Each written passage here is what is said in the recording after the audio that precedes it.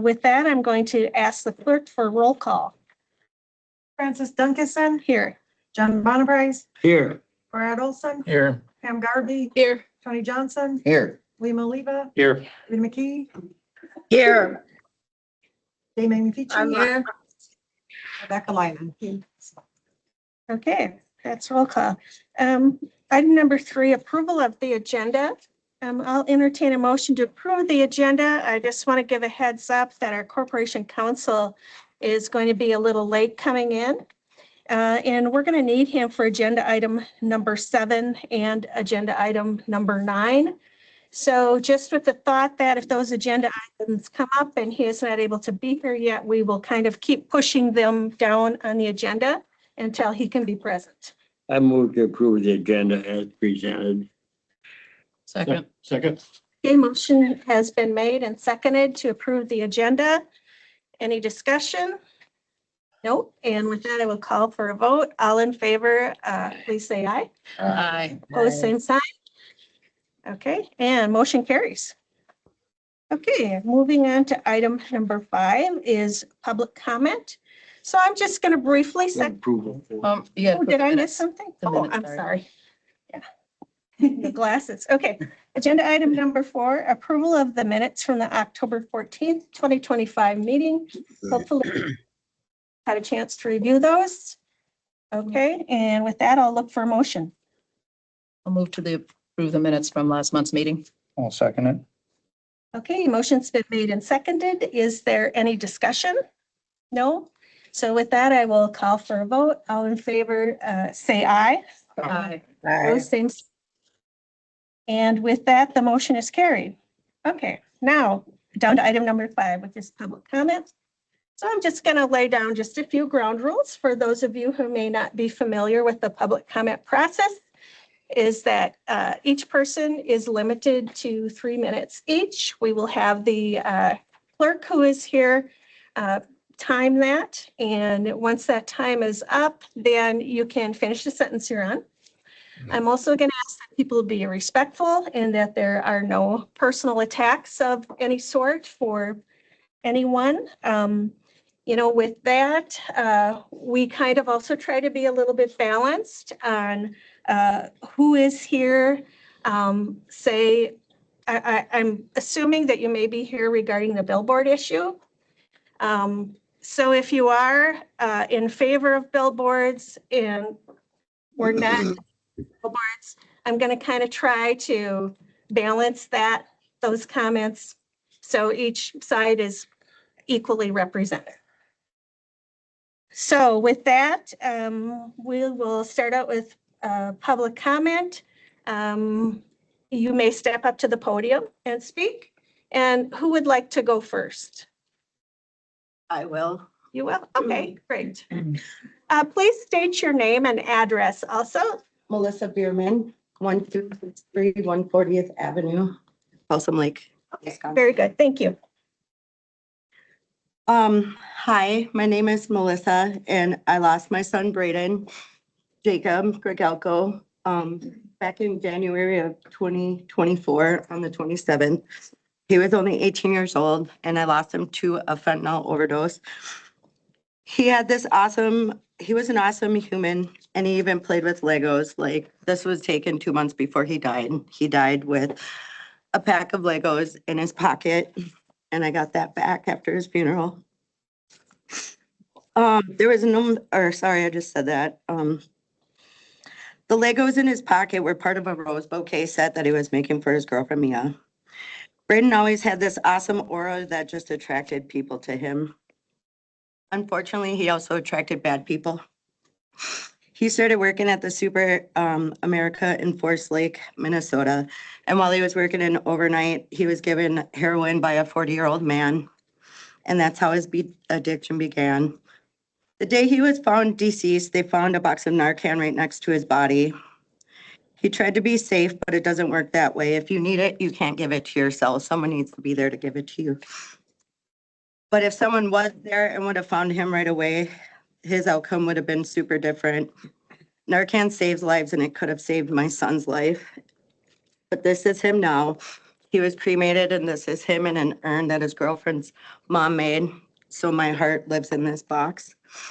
And this is him on the drug epidemic memorial wall that they have. And that's all I have to say. Thank you very much. Thank you. Do we have anyone with kind of an opposing viewpoint in public comment? If not, we will just go on to the next one. Who would like to speak next? Okay.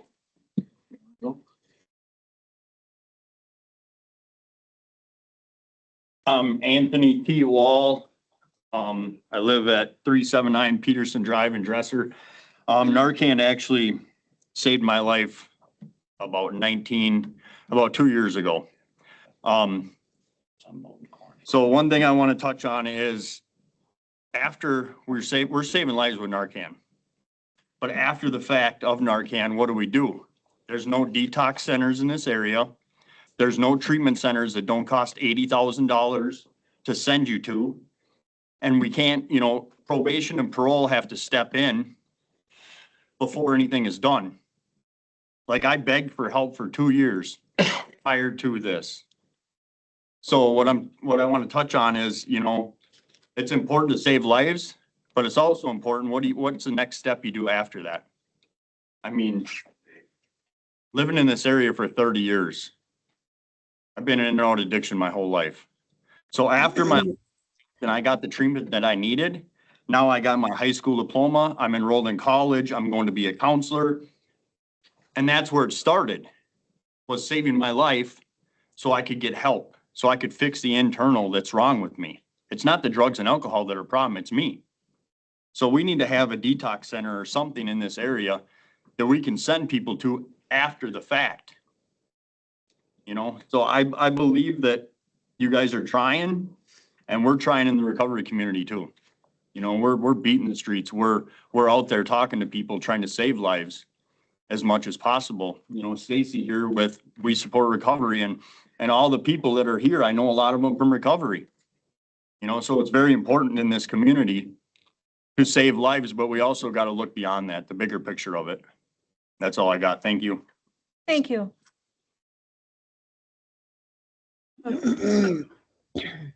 I'd like to speak next. Okay. My name is Jordy Reed, 1263 140th Avenue, Balsam Lake, Wisconsin. I was in a car accident in 2005. I broke everything from the waist up. When I was released from the hospital, I went to the pharmacy, and the pharmacy has a pill bottle of Percocet. There's 500 in there. That's what they fill their prescriptions out of. They took 20 out, gave me 480 and sent me home. Eventually that turned into they added Oxycontin on top of those because it's a long acting versus short acting. And when I would ask about how long am I going to be on these for, they would say forever. I had multiple doctors from 3 different hospitals tell me like forever, even when they were cracking down on it, you'll be on them forever.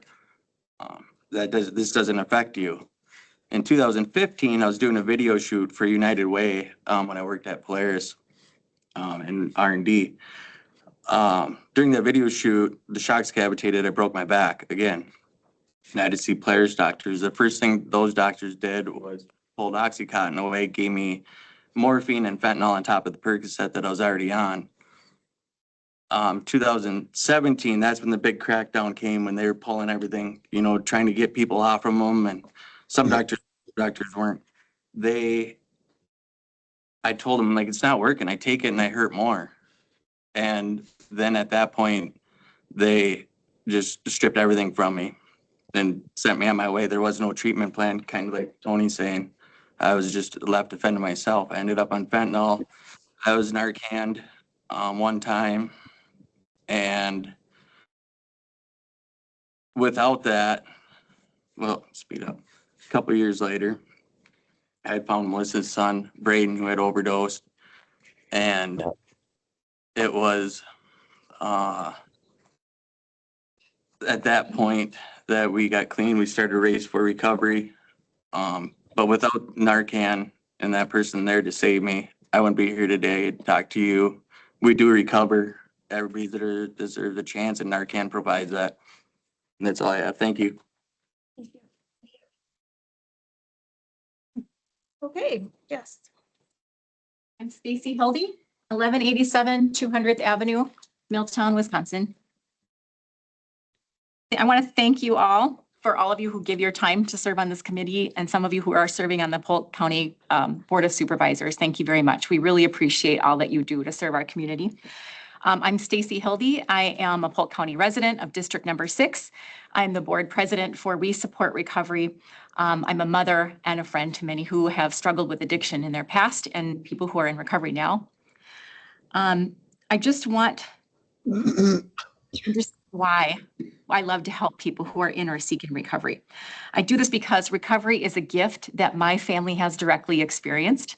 My husband, right there, Bob Hildy, has been in recovery for 19 years because he got the help that he needed.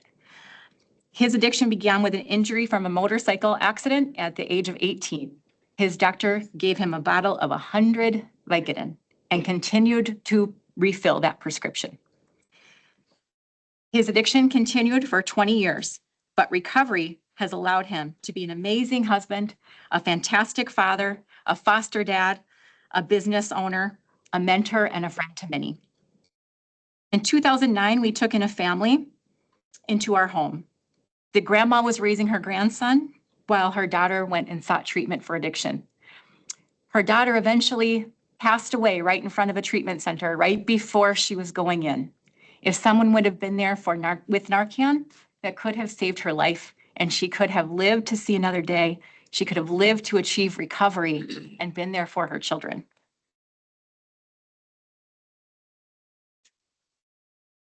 Recovery is a gift. You can only get that gift if you're alive.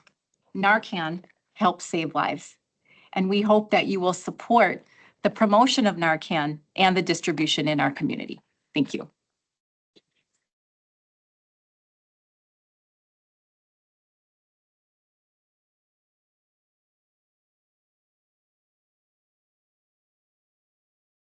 Yes. Would you like to speak, Brent? Sure.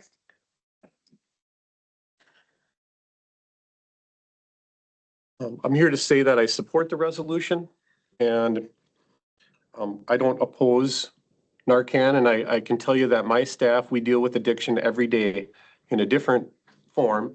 And we do treat everybody with dignity and respect. And we recognize what addiction is, but we see the dysfunction of the addiction. And I can tell you just last week when I did a press release about the armed robbery suspect that we were inches away from having a shootout with. His issue was surrounding meth use. And that's some of the things we didn't put in the press release. But I want to tell you that that person was doing armed robberies in Minnesota to support his meth habit. And, you know, we've had very egregious cases, violence surrounding the drug epidemic in Polk County. And we're on the front lines of that. My staff goes to these calls, you know, a lot. Some of the things are, you know, we had a guy stacking wood in the county, and a meth addict showed up and violently attacked this man, savagely attacked this man, and miraculously he survived his attack. He had his throat even slit with a knife. We had a meth deal gone wrong in our county where a shooting had occurred. We literally worked that case in reverse. We found the car. The car was like the Bonnie and Clyde car, all shot up. The guy had dug the bullet out of his hip and saved the bullet, so we recovered that. And that yielded a lengthy prison sentence for the person who had done that. You know, I think the message on the billboard, you know, I'm not opposed to Narcan, but I think most people driving by see that billboard as clear as mud. I mean, I don't know why they didn't even use the word Narcan. That's what people Narcan with, not the official name of it, but the street name is Narcan. Why didn't they put Narcan on that? I look forward to hearing today from the coalition as to the true meaning of that and what they're attempting to accomplish. And in the interest of safety in our county, you know, we have average, according to the DOT, approximately 10 traffic deaths a year. Many of them happen on Highway 8 where this billboard is. And maybe that would be a better way to save lives and to promote traffic safety than to promote whatever message they're trying to do there. So that's all I have. Thank you. Thank you, Sheriff.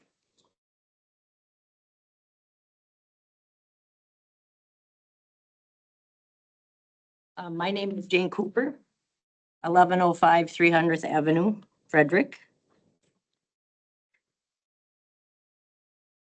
I took that billboard differently than others did, because, I looked at it as, I took it as a loved one or someone that is aware of the crisis of addiction out there, that they are the ones that carry it, and I myself carry it. There was a statement made last week with regards to how expensive it is to get it off the shelves at Walmart, which is ridiculous for one thing for the price, but you can get boxes and boxes of it here for free. So that's really more of a advertising thing to let people know that you can just pick it up here.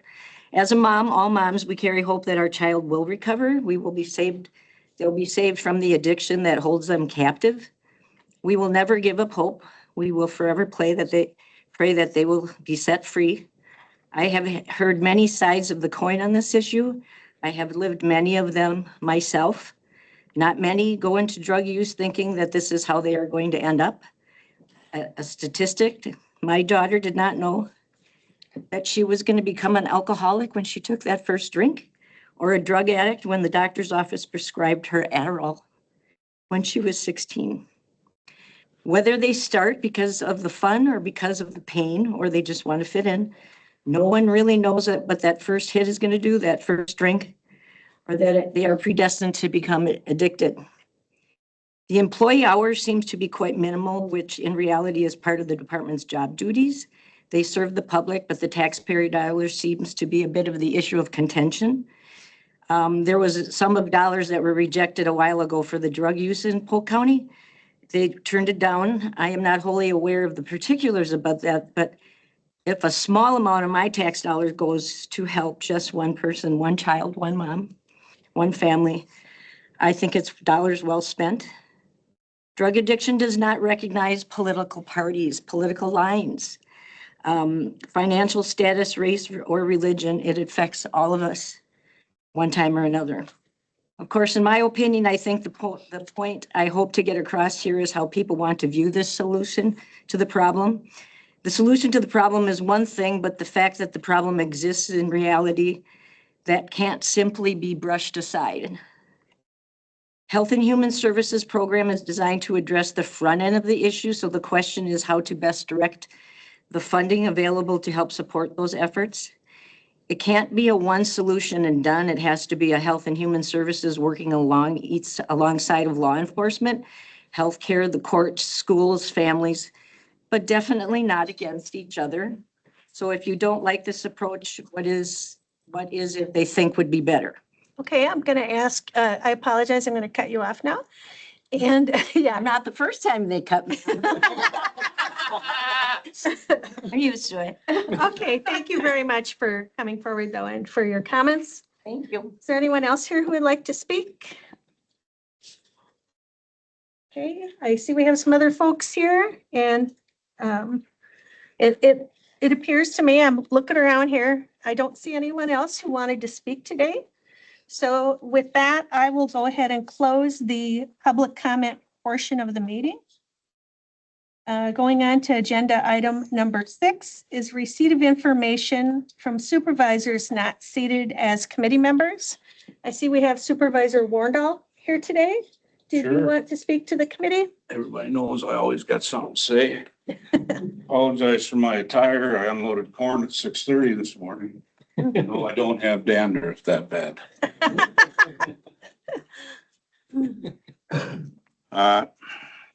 Steve Warrendahl, District 3, 2973 River Road. I've been interested in this subject for a long time. The reason is when I get up in the morning, I put my phone on, which we can all get by without, my pager with the fire department. And in every jacket that I have, put my Narcan in there. Okay. If I'm going to a football game, basketball game, going to the mill in Cushing, wherever I am, Walmart, I have that in my pocket.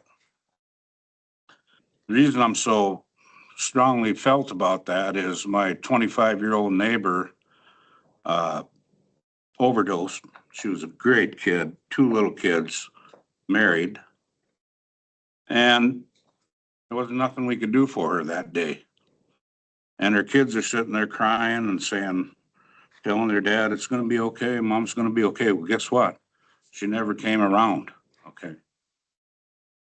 So sheriff can relate. In my district, I've got a lot of this type problems, but as county board members, we gotta deal with drug addicts, sex offenders, all these people live in our district, but once you're elected to the district as a supervisor, they're your constituents, whether you like it or not. And you need to support them. And I think prevention is the best way we can support these people at a county level, whether it be alcoholism, whatever. So I just wanted to share my opinion. Now I'm back to the combine, if you don't mind. Okay, thank you, Steve. Okay. And with that, we will move on to agenda item number 7. It's a discussion and review of the public nuisance ordinance red line version. Okay, so Tanya, do you want to kind of guide us through that? And I'm trying to, dang it, I don't have it with me. Mark, where we left off last time. We left off on the enforcement procedure. So we're glad that Mr. Loso is here 15-6. because we're going to rely on him, I think, a little bit. So I don't know if you want to take it away, just to refresh everybody, the red, Claire, do you have that? Okay. 6 I'm enforcement. not going to turn around and look because I don't want to read to the screen. So we can work our way through this. I think it's a very short section here. So do you want to go through the red lines if anybody has any questions or comments? I think the committee had the chance to review it. Red indicated a section that was changed or cleaned up a little bit just for grammatical or other changes that were outdated. So I think what we did last time worked fairly well. So section 16.6, our red line number B. Does anybody, any of our committee members have any questions or comments or anything regarding that section? Seems fairly straightforward. Okay, so then I think I don't want to rush through, but if there are no questions, I will move on to section C, which is the abatement or removal of human health hazards. Joe,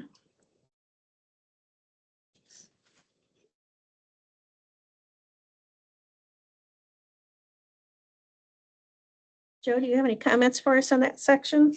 So essentially what that gives the health officer the authority to do is if there is something that has been noted to the property owner that needs to be abated and they refuse to do so, it gives the health officer the authority to go and abate that hazard themselves and essentially incur the cost of that abatement upon the property owner. Normally, the way that we would effectuate that would be to file a summons and petition, get an injunction. If they aren't replying to the health officer's order, we would get a court order to supplement that. And then if they don't follow that court order, we would go and abate the property ourselves, ask the court to order that we do that, and then order them to reimburse the county for those costs.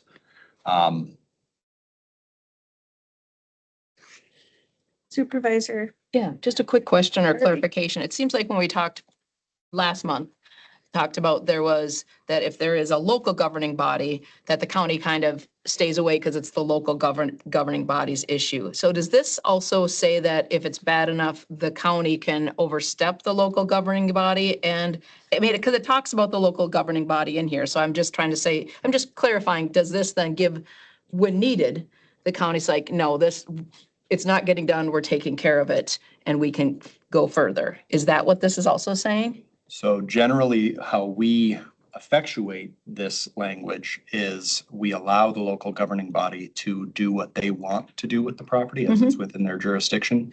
If, for example, the local governing body decides that they're not going to do anything about it, or specifically asks us to do something about it, then we will step in. And this gives you that, that option or whatever. Right. Okay, thank you.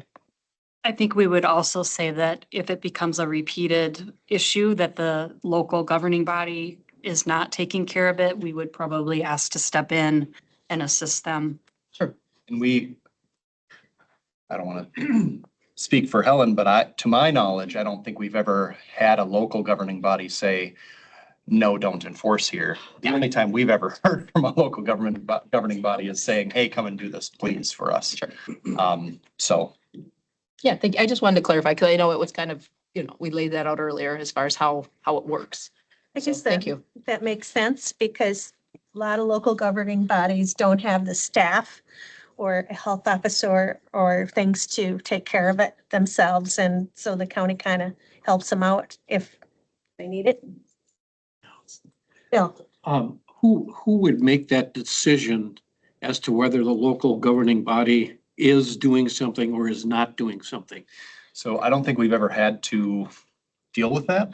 Like I said, generally it's the municipality that's reaching out to us saying, hey, there's this property. We often hear about these troubled properties from the municipality. So I don't think we've ever run into that problem. But generally it would be the health officer that would make that call. Okay. In consultation with my office, but the health officer would be the decision maker. okay, John. Well, yeah, I don't know of any situation. We're all familiar with town government. And we're dealing with whatever, all the municipalities in Polk County. And the health officer, he's the main person here. I think everything that I've known or can think of goes right to the health officer. I guess there's language in there that a local body, but it's always a county health officer that meets the problem here. There may be some larger municipalities in Polk County that do have a health officer Not as far as I know. as well, Or a designee or. yeah, Or some who have their own like nuisance ordinance, which some of the yeah, offenses could fall under, and they choose to do that, but no, there is no other health officer. okay. Okay, good to know. Do we have any other questions or comments? Have we fleshed things out for everybody? Then moving on, it looks like we have some grammatical corrections in red. I'm just going to skip over those because I'm not an English teacher. Then we go to our last page. Or our last page of this section. Again, this is something it looks like throughout the ordinance that we addressed, just cleaning up some language about health officer designee. So if everybody is okay with that, we'll move on. Here we have our markup page that kind of was how we started this effort. So let's start with number 1, just to review that it looks like that is covered in another section. Number 2 also looks like that is covered in another section. Number 3 is also covered in another section. Number 4 looks like that falls under zoning. I don't know, we have Sarah here today. Sarah, did you want to make any comments about those ones that fall under maybe more your department? Okay. Then, again, moving on, 5, is zoning in the DNR as well. 7 is, again, falls back to local municipalities and ordinances with the animal abuse and neglect is handled by the sheriff's office. A brush is not enforceable. How do you define what brush is? and when your brush pile is too big or whatever. Okay, number 8 is abandoned vehicles. So, this again falls under the zoning jurisdiction. Number 10, Nine. Number 9? I'm sorry, I missed number 9. Yep. Accumulation of unused appliances. So that as well, it's not covered, but an excessive amount would be fall under the junkyard definition. So just kind of a comment I'd like to make is appliances can be so dangerous and deadly, of a little kid crawling in a refrigerator or a freezer or an oven of some old junk appliance sitting around the yard and not be able to get out.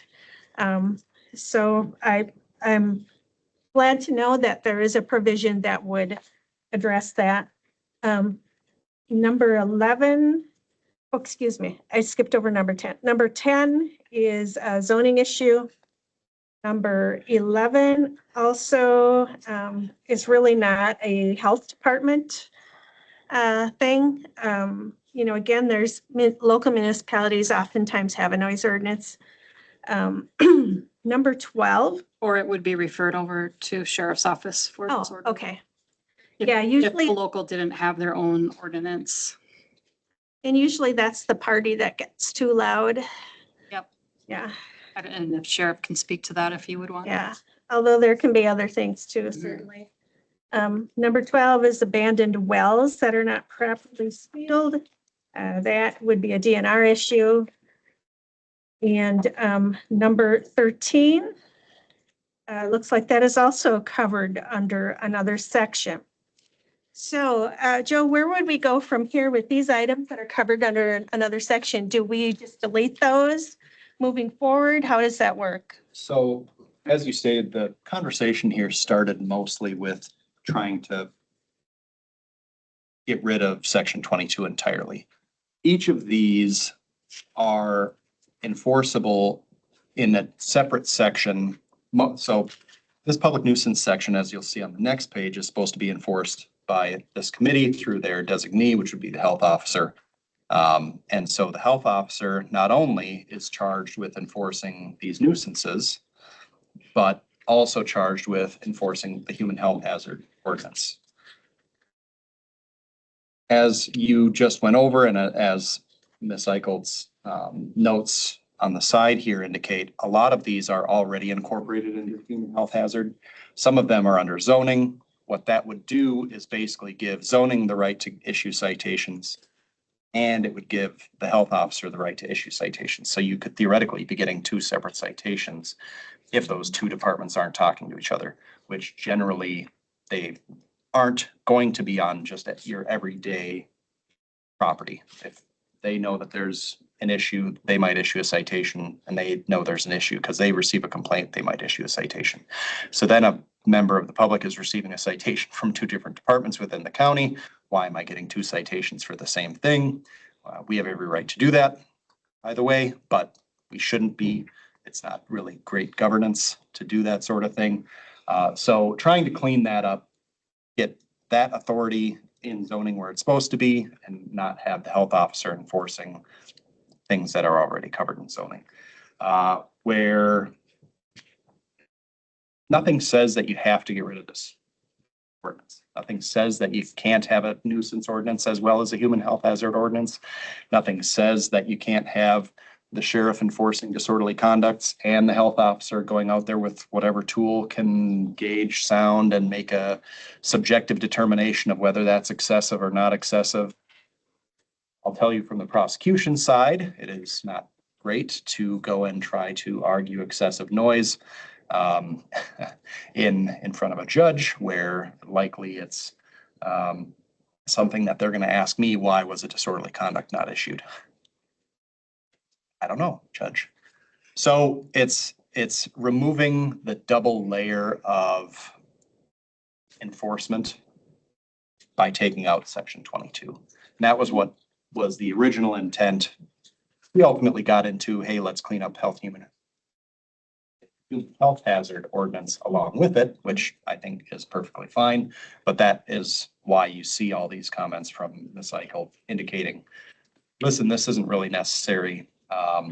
We have it elsewhere. We can keep all of the same protections without having a redundancy in our ordinances.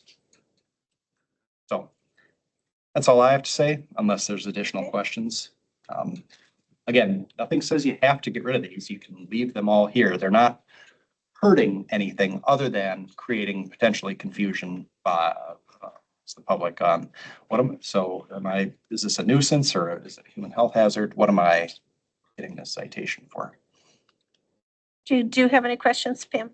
I was just gonna say, so would it be in order then to make a motion to delete public nuisance, section 22.1, to approve the updated 16.1, but I know at some point we need to have a public hearing before we do. So what would be the process if that's what this committee wanted to do? Sure. So far the committee has more or less been acting with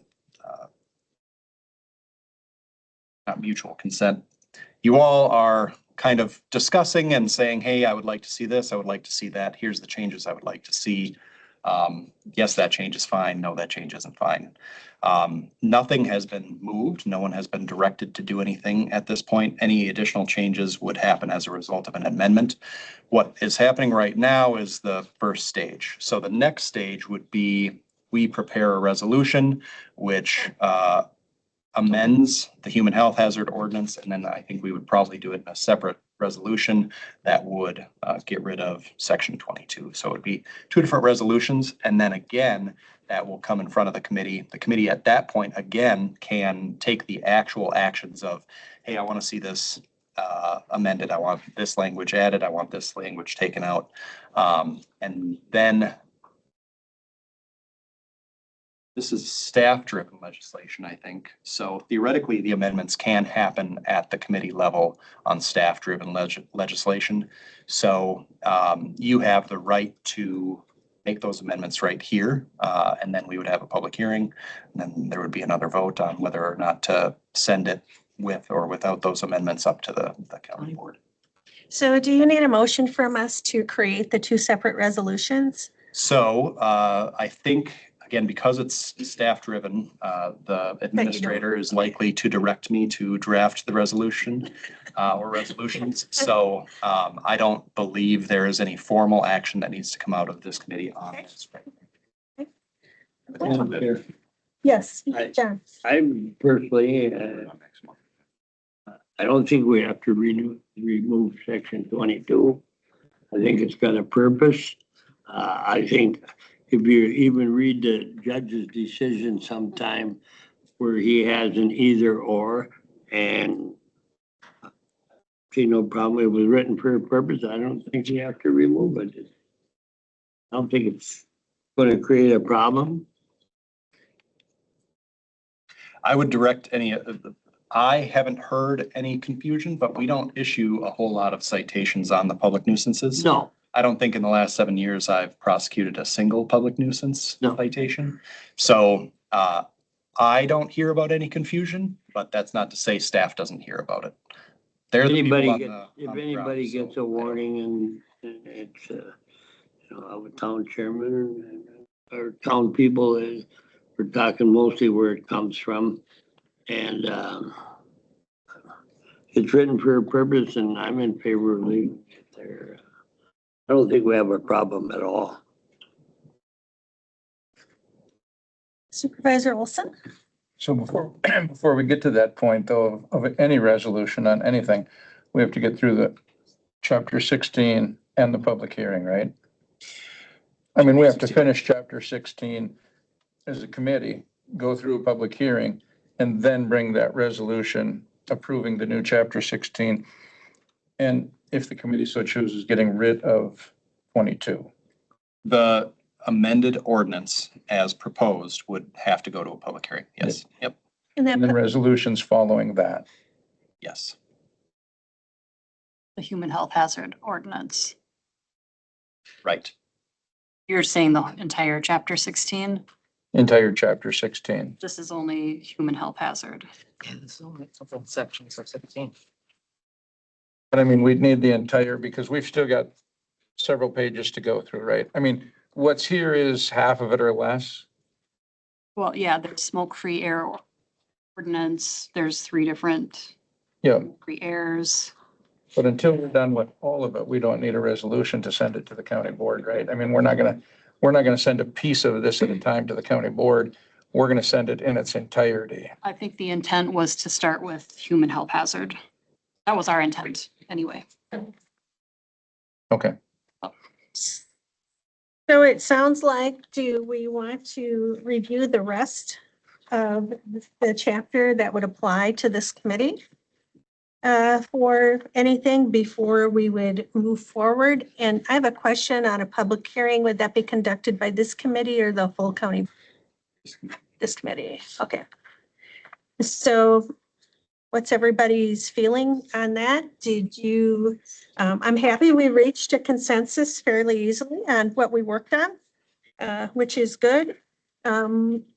Was there other applicable parts of chapter 16 that this committee deals with that we would want to review? So Tanya, you said there was what? Smoke-free air is in there, our licensing. We did coincidentally come across tattoos and body piercings today. So it'd be lodging, that's food part of establishments, swimming pool. all licensing, bundled up into licensing. Well, maybe we should just, we should receive those sections a chunk at a time and just, if we don't want to do anything, we don't want to do anything. But if someone does have any questions or concerns, they'll be able to raise those.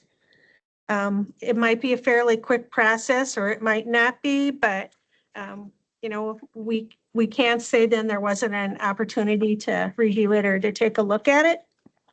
Does that sound fair, or do you just feel like, we don't need to bother with that? I don't feel real strongly one way or the other. Who is? At the sheriff's department and the zoning department, and are we getting any advice from any of these, or how is this all? We all have to be on the same coordination. When it comes down to the sheriff's department, we can write everything we want here. But it's, we sure want to have his and their department's comments on everything. Any thoughts on that from staff or any of the other committee members? Bill? Madam Chair, just as a, as a comment. So if I'm a member of the public and I have somebody living next to me that has a pile of refrigerators in their front yard, and I'm gonna make a complaint, and I wanted to find out where, if any place, this would be a violation of a code or a policy, how would I find that? When I go to polkcounty.com and look that up under government, and where, if I do find that, where is the policy that I would find that under? So I'd search for. I'm just gonna go back to John's comment for a second. Yeah. So if I'm looking at the public nuisance, this 22-1, I wanted to see, and which I think is highlighted very well, hazards, health, ground, you're talking about groundwater and vehicles, et cetera. It seems like a logical place, if it has to do with health, that it should be there. Mhm. And then if there is a legal reference or a policy reference or a statute reference to that, that could be included in that portion of the policy. So then I have a one-stop shopping place that I can go to. So if it does say zoning, then I know that I can go to Sarah's office and say, okay, I'm gonna make a complaint. Make a link to click on.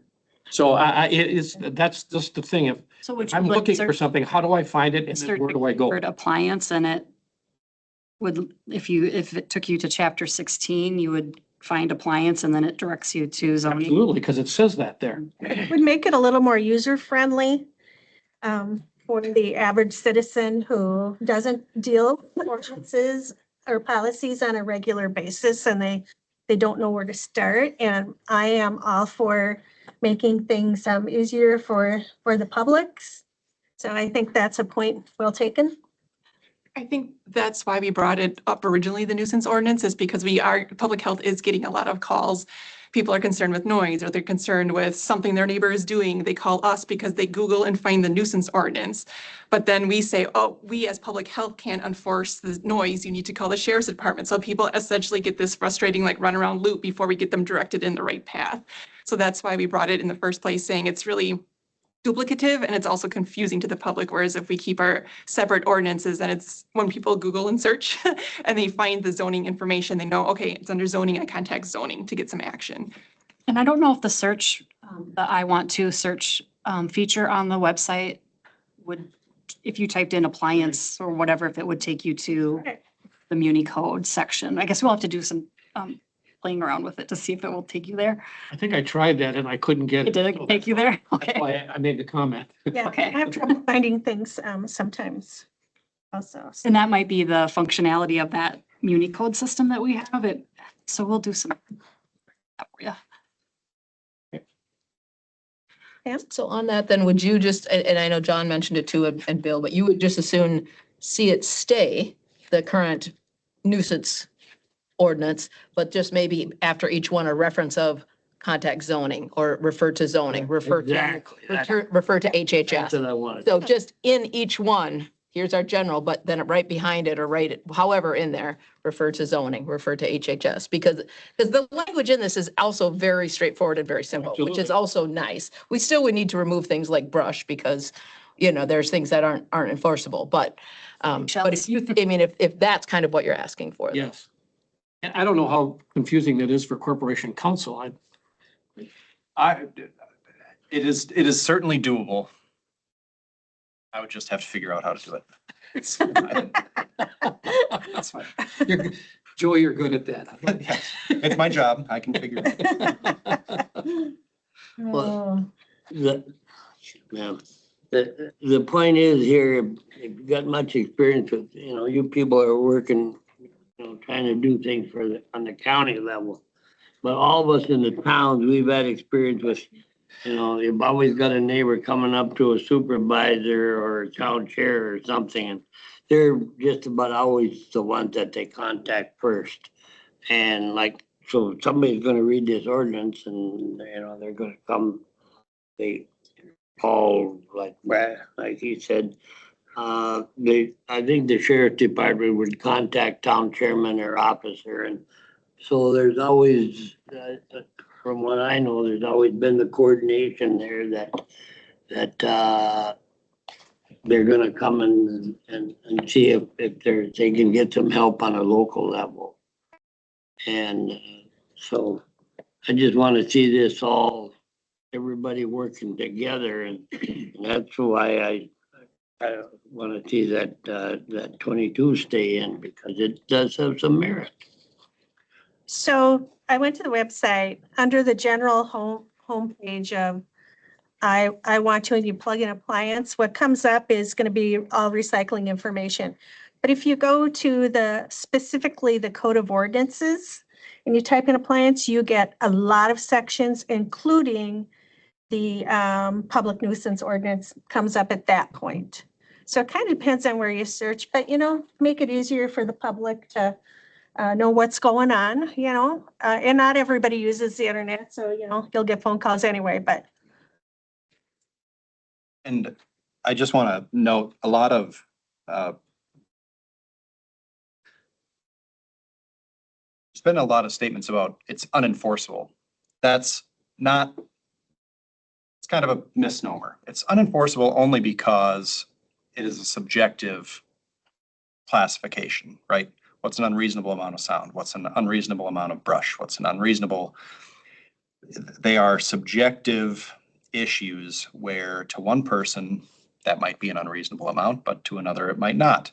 And so it's unenforceable to the extent that there's no way to say for sure, yes, that's a violation. Really, it would come down to, okay, issue the citation. We start bringing a lot of these in front of the judge. We figure out, my office figures out how our judges are going to rule on particular things. What are they going to deem to be reasonable? Try to glean that from what types of questions they may ask during a trial, et cetera, right? And we haven't done any enforcement of the ordinance in so long. I have no way of knowing how the judges are going to rule one way or the other on any particular thing. On top of that, it's unenforceable because we don't have the staffing time. Like our staffing model doesn't have workers from the health office working all hours of the night, every night, right? And so sound violations, a lot of those we see with short-term rentals, for example. They're making tons of sound over there. You know, they're being really loud.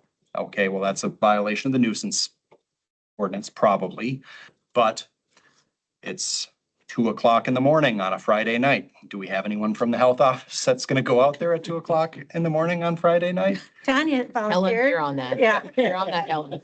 Speed dial. I mean, we aren't staffing to be able to enforce a lot of these things in the way that they would otherwise need to be staffed to be truly enforceable. So that's, again, the unenforceable doesn't mean that there's no way anyone could ever enforce this. You certainly could. You'd spend a lot of money. We'd spend a lot of time. We'd spend a lot of court time trying to navigate to get that sorted out. So I'm just gonna share an experience that I had when I was an administrator in the village of Turtle Lake, is that there was a business that came in that bought the old AMPI plant. And what they did was they processed yeast products for other food service. So on any given day, the entire town smelled like rotten eggs. And people were outraged in an uproar, came in, to board meetings. And at that time, we asked everybody, make a written complaint. If you have to make a written complaint every day, make a written complaint. And that's how that was handled. And then, of course, we tried to work with the factory and work with the community. Tried to accommodate them. They did things to their credit to try to lessen that odor, but it was horrific. It was terrible. You couldn't open your windows. It was very sickening. It was, you knew it. I that didn't it was want to live bad. there. No, people said, I can't open my windows anymore. So long story short, what happened was ultimately they got cited and fined every day. And they did ultimately end up leaving the community. And the factory was sold to someone else. The factory had some very unique features because it had dried powder milk, had these huge dryers. So it wasn't a hard place to sell. And another business came in that didn't have the order, but that was done under the village's noxious odor ordinance, and that was upheld. So that's an example of something that is so bad that everybody agrees something's got to be done. In most cases are not like that, I'm gathering. But that's what I'm trying to avoid here. Let's not do things that aren't enforceable. I remember I was way back years ago, we wrote the ordinance that we have in place now. And there were so many things that wasn't enforceable. I can relate to, I was on the Eldon Town Board, and there was a gentleman, still is there, probably had 40 cars or so. And they're for everybody, any town, there's some complaints about people that got multiple cars. And the only way they could enforce it was it came down to you could only have a certain number of the cars had to have a license. Yeah, so there, depending on how specific you are, I've seen sound nuisance ordinances that actually have decibels in, and I'm like, yeah, well, who's got a meter? And are you gonna, what I mean? But in any event, do we have a consensus, Mo? So then moving forward, what the committee you would like to see is section 22 brought back to them with the underneath each sub number, refer to this section to another section, and then a copy of section 16 to review prior to next meeting to see if there's anything that you want to amend. Does that sounds like a good summary mode. Does everybody agree with that? Yes. I think so. Yes.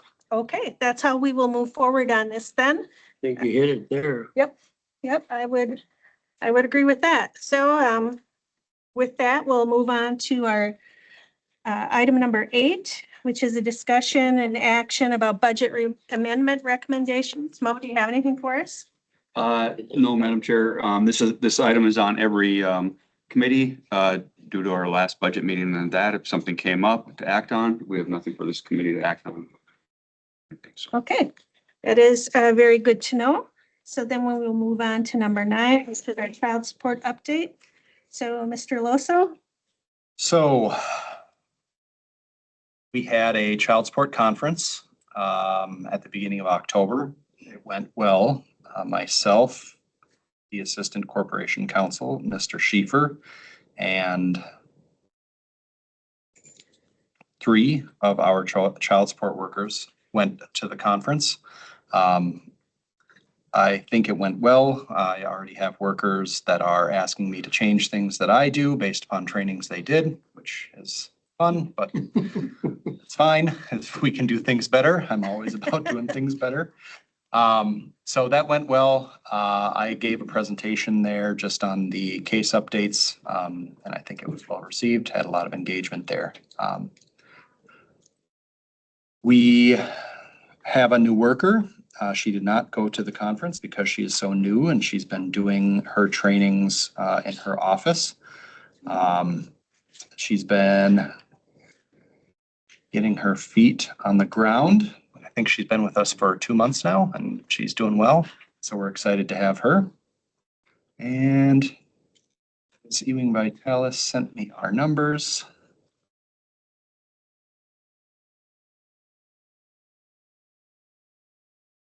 All right. So we finished the fiscal year, our court order, our case loads. We're at 1,444 spread across those 4 workers. Wow. So I can do some quick math. Yeah. 250. 361 cases each approximately. We just restructured the number of, or the letters. We assign cases based upon the letters of the last name. So we just restructured that to make sure they were equivalent. 1 or 2 caseworkers had a significant caseload, and so those have been more evenly distributed now. So they should all be pretty close to that 361 number.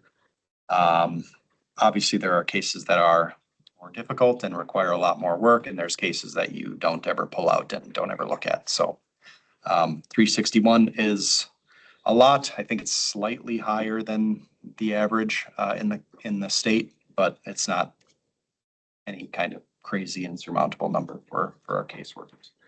The biggest issue with that is turnover. Anytime we lose a caseworker means 361 cases need to be distributed amongst the other 3, which means they all get about 120 extra cases for short period of time. And Got a new one coming on board is what you're saying? Yep, and so what happened was we lost one of our caseworkers.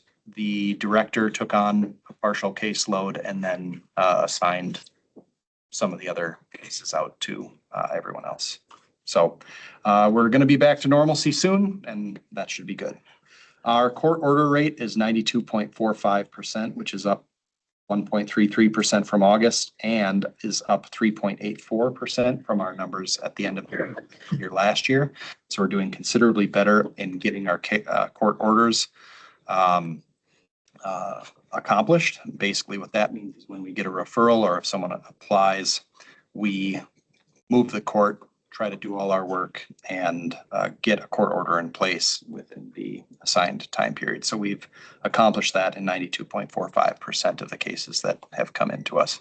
We are required, or we're supposed to try to hit 80%. So we're significantly above that. Like I said, last year we were back of the napkin math at about 89%. So we're doing considerably better there. Our paternity rate is 110.87%, which is up 0.73% from August, but down 5.29% from last year. So that doesn't make a whole lot of sense, and I had to look it up. The reason that it's higher than 100% is because at the beginning of the annual year, I think there is a set number of maternity actions that need to be fulfilled. I'm probably explaining this incorrectly. Anyway, the number of paternities that we establish over the course of the year is based off a number that doesn't really apply anymore. And so as you continue to go, the number gets above more and more above 100%, which means that 110% very likely means 100%. And the fact that we're down 5% from last year just means that whatever ratio that was is slightly different. I think we've established paternity on every case that's come in. So we are realistically actually at about 100%. No biological anomalies, Nope. one child to two fathers. Okay. No, not that I've seen. Not yet. Our current support rate is at 76.92%, which is down 0.06% from August and down 0.05% from last year. So it's slightly worse, and it's just below the 80% that we want to see. That is based on if we have $1 million that we're supposed to be collecting in a particular month, we brought in $770,000 of the $1 million, meaning that there is $230,000. Yeah, that's right. $230,000 that where people didn't pay and we have to go and try to enforce, which means contempt actions, letters, suspending licenses, stuff like that, to try to get that extra $230,000 brought in. Again, hypothetical numbers. Our numbers are more than that.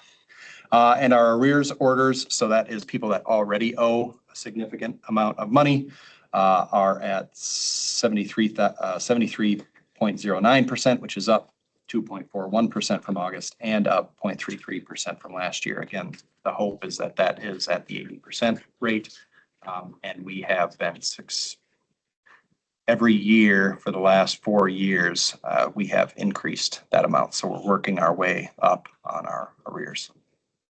We're taking steps, as I said, coming out of conference. Everybody always has different suggestions on how to get that accomplished. So hopefully with new things that we're going to be doing, we can bring those numbers up a little bit more next year. Helps to talk to other people who do the same job so you don't have to reinvent the wheel and know what works and what doesn't. Right. And there are, in the bigger counties, there are attorneys that have dedicated attorneys that only do child support, and they have lots of different judges. So they know, one, they know the law a lot better than I do, which, if you can believe that. And two, they try a lot of different things in front of a lot of different judges and see what works in a way that in a small county we don't really get to see. So we can learn a lot from the larger counties, even though our numbers are usually better, but that's a different story. Do we have one juvenile in a state facility? So that's not child support. That would be. Not in child support? No. No. So that would be Department of Children and Families or Juvenile Justice. One of the two, I'm not sure. Who's got the answer? Someone. He's Department of Children and Families, Okay. Youth Justice. Not child support. Can anybody here say yes or no for John? For what? In a state. If there is someone, Not in a state. We currently have a youth in corrections, Yeah. yes. So the point is here, and I found out that we have one in child support, I think a 17-year-old or something.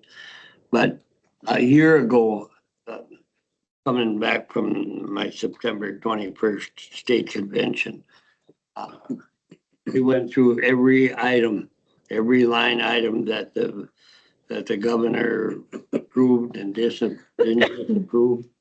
And basically, it was pretty favorable to Polk County this year, what the governor signed.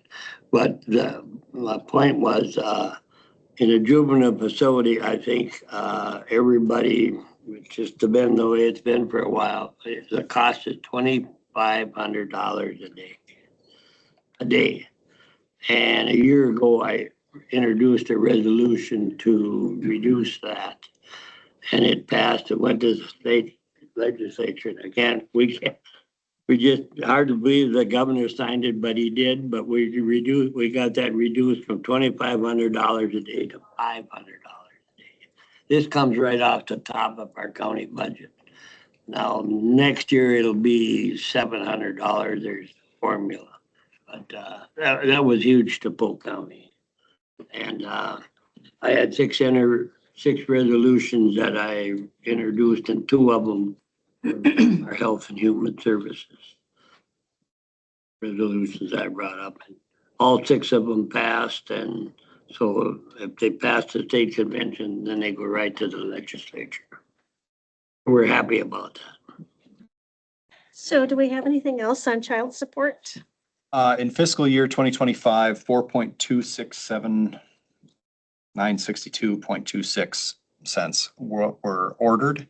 We collected $3.283 million of the 4.3. So you'll also see those numbers impacted by the economy. So as people lose jobs or are transitory in employment, those numbers are going to decrease. We obviously were doing really well in employment. Unemployment was, I think, around 3%. That's starting to come down a little. So our ability to collect child support will continue to decrease as the economy ebbs and flows. As a whole, the state of Wisconsin on court orders, we did 5% better than the state as a whole. We did 12% better than the state as a whole on paternity. We did 3% better than the state as a whole in collecting current support.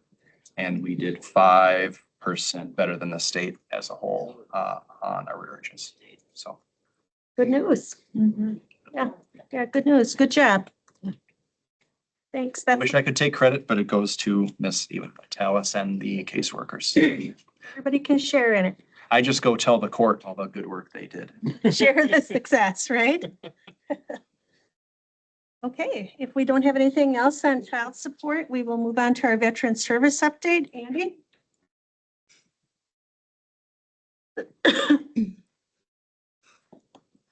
Good morning. So I just have a few quick updates. With our Veteran Service Commission Fund, as a reminder, we have a grant program that a veteran, if they're in a financial crisis, they can come in and apply for emergency assistance. Basically anything from food, clothing, shelter, it doesn't matter really. If there's a financial need, we can assist with that. Just recently, we received 2 large donations for that fund. So the Balsam Lake American Legion Auxiliary, they donated $2,000 from Poppy donations. And then the St. Croix Falls American Legion Auxiliary, they donated $6,000. So it's a lot of money. It goes far, obviously, for assisting Polk County veterans in those emergency financial situations. With the government shutdown, we've only seen a few key impacts with veterans. The primary one being that the GI Bill call center hotline is down, so they're not the VA is not operating that. So if veterans or dependents have questions regarding education benefits, as far as like how much benefit is remaining, or to verify their stipend payment, there's nowhere we can call to get that information. Another key thing is that there's been no grounds maintenance or placement of permanent headstones at VA cemeteries. So that's another issue that's been affected with the shutdown. And then so far for 2025, we've assisted 105 Polk County veterans that have received a total of $1.1 million in back pay or retro pay for disability compensation payments. And then Nicole, the benefit specialist, Nicole Schmidt, she completed her accreditation training, I believe it was last week or 2 weeks ago. So that just gives her the ability to access more of the VA systems to answer questions to things like that. So that's all I have. Thank you, Andy. We appreciate that. Okay, agenda item number 11, is a presentation from Northwoods Coalition. Northwoods Coalition contacted us and asked if they could come in and give a presentation. And I think it's always good to learn more about agencies and organizations that we partner with. So if you would like to, who do we have here? Raise hands, please. It's just on. She's virtual. Online. Oh, they're online. Okay, Yes. I'm sorry for that. Tanya's going to introduce you. Yes, Megan Miroslaw, and I hope I got that right, Megan, is a community health manager with the Center for Community Health Advancement out of Marshfield Health Systems in Marshfield. And that group supports the Northwoods Coalition out of the Marshfield Clinic in Rice Lake. Is that correct, Megan? Correct. Okay. Thanks. Thank you for the introduction. Good morning, everyone. As you mentioned, my name is Megan Miroslaw, Manager of Community Health with Marshfield Clinic Health System, a region of Sanford Health. And I'm here to talk to you about Northwoods Coalition, provide some education, and hopefully clear any misconceptions about our program.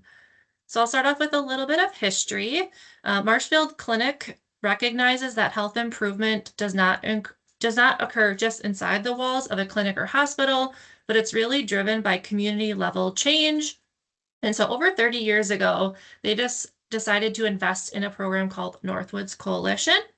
And Northwoods Coalition was designed to create healthy communities across our service area by building up local community groups, also known as coalitions, that understand their community needs and its needs to strive and make it a healthier place for all to live. So in 2007, the state of Wisconsin created a program called the Alliance for Wisconsin Youth, which was designed to support the work of community coalitions dedicated to preventing and reducing issues that arise from the use of drugs. In order to meet the needs of many different communities of Wisconsin, they separated the state into 5 regions and asked for applicants to serve as regional prevention centers who would provide that guidance and funding to member coalitions in their service areas. Marshfield Clinic pursued this funding to support our Northwoods Coalition program in the communities it serves, and we've competitively managed this funding ever since. This is why you see us use the TRI logo, the Alliance for Wisconsin Youth, Marshfield Clinic Health System, and Northwoods Coalition. So through this TRI partnership, Northwoods Coalition is able to provide our member coalitions with different funding opportunities each year, and participating coalitions can select which opportunities are appropriate for the communities that they serve. So Northwoods Coalition is really dedicated to supporting substance use prevention coalitions across 34 counties and 11 Wisconsin tribal nations that we served. As a matter of fact, we're the largest and oldest network of coalitions dedicated to substance use prevention in the nation. Our vision is strong coalitions, healthy communities, and we work each day to see this vision come to life. We do this by providing training, technical assistance, funding, and networking opportunities to coalitions across our service area that you see on the map. In turn, these coalitions work to make their community a healthier environment by enacting programs, policies, and environmental changes that support healthy decision-making. Our team of knowledgeable and dedicated staff operate under the understanding that while our foundations on how you approach community-level change do not change, each community is facing unique challenges and issues. While one community may have high levels of youth alcohol use, another may be struggling with opioid misuse. We can provide the training and funding to address a variety of substance-related issues, but our coalitions themselves are the experts in their community needs, resources, and readiness to tackle these different issues. By following a universal and evidence-based approach to community-level change, Northwoods Coalition has helped hundreds of coalitions address the needs in their unique communities. From helping a coalition pass a smoke-free air law, to funding a coalition to distribute medication lockboxes in their community, which keep opioids out of the hands of youth. We are here to support the needs of all of our Wisconsin communities.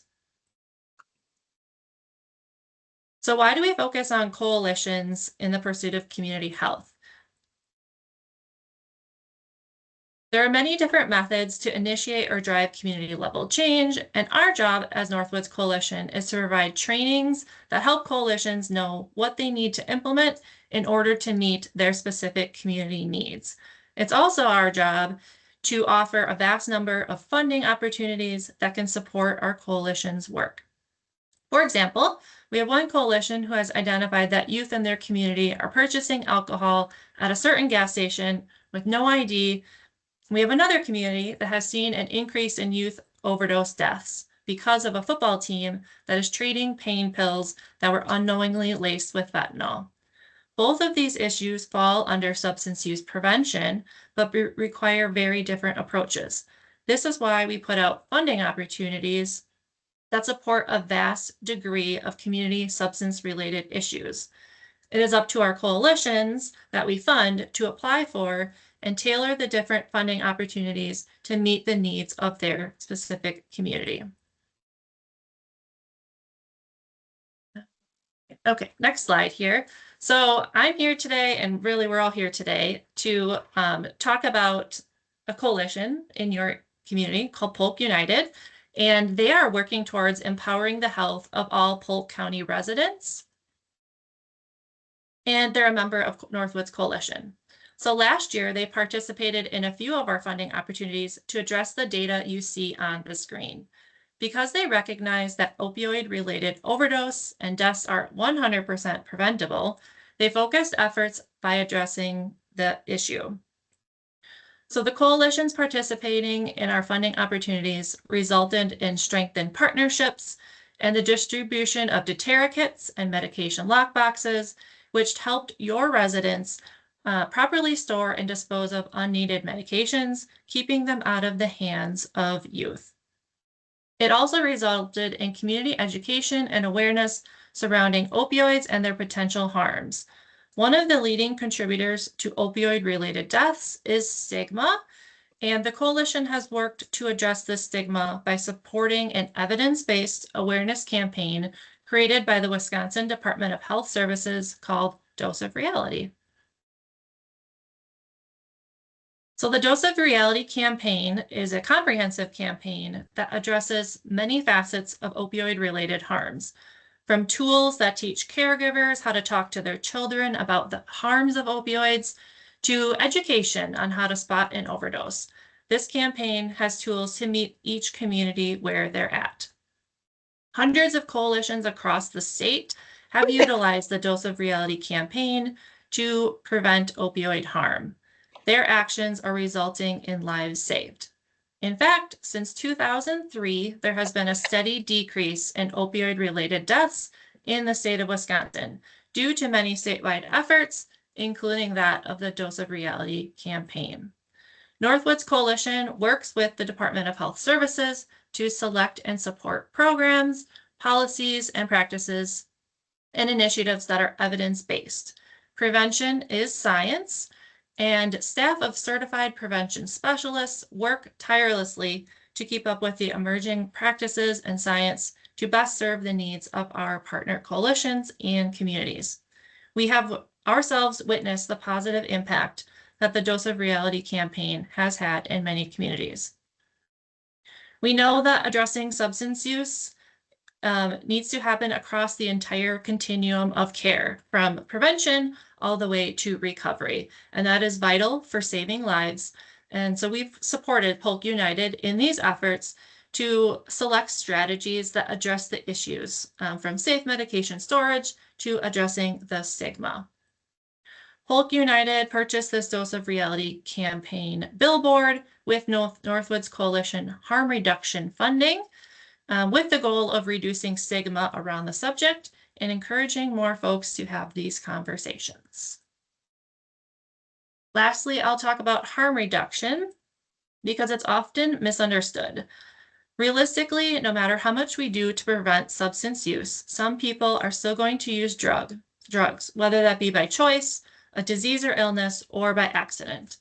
And while we'll still do everything in our power to prevent substance use, harm reduction is one strategy that aims to limit the harm caused by using drugs and ensures we're not leaving anyone behind in the community.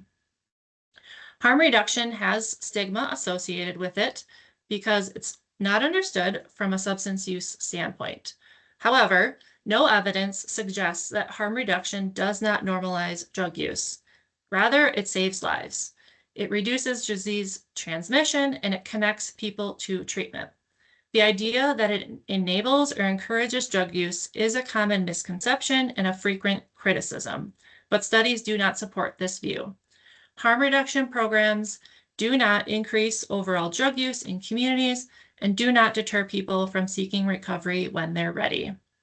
So together, we can reduce the dangers of opioids and their impact on our communities by using many different strategies along the continuum of care, and that includes harm reduction. So with that, I appreciate the opportunity to present and share a little bit more about our coalition and would be happy to answer any questions that you have. Hey, thank you very much for that informative presentation. Do we have any committee members here who have any questions for the coalition?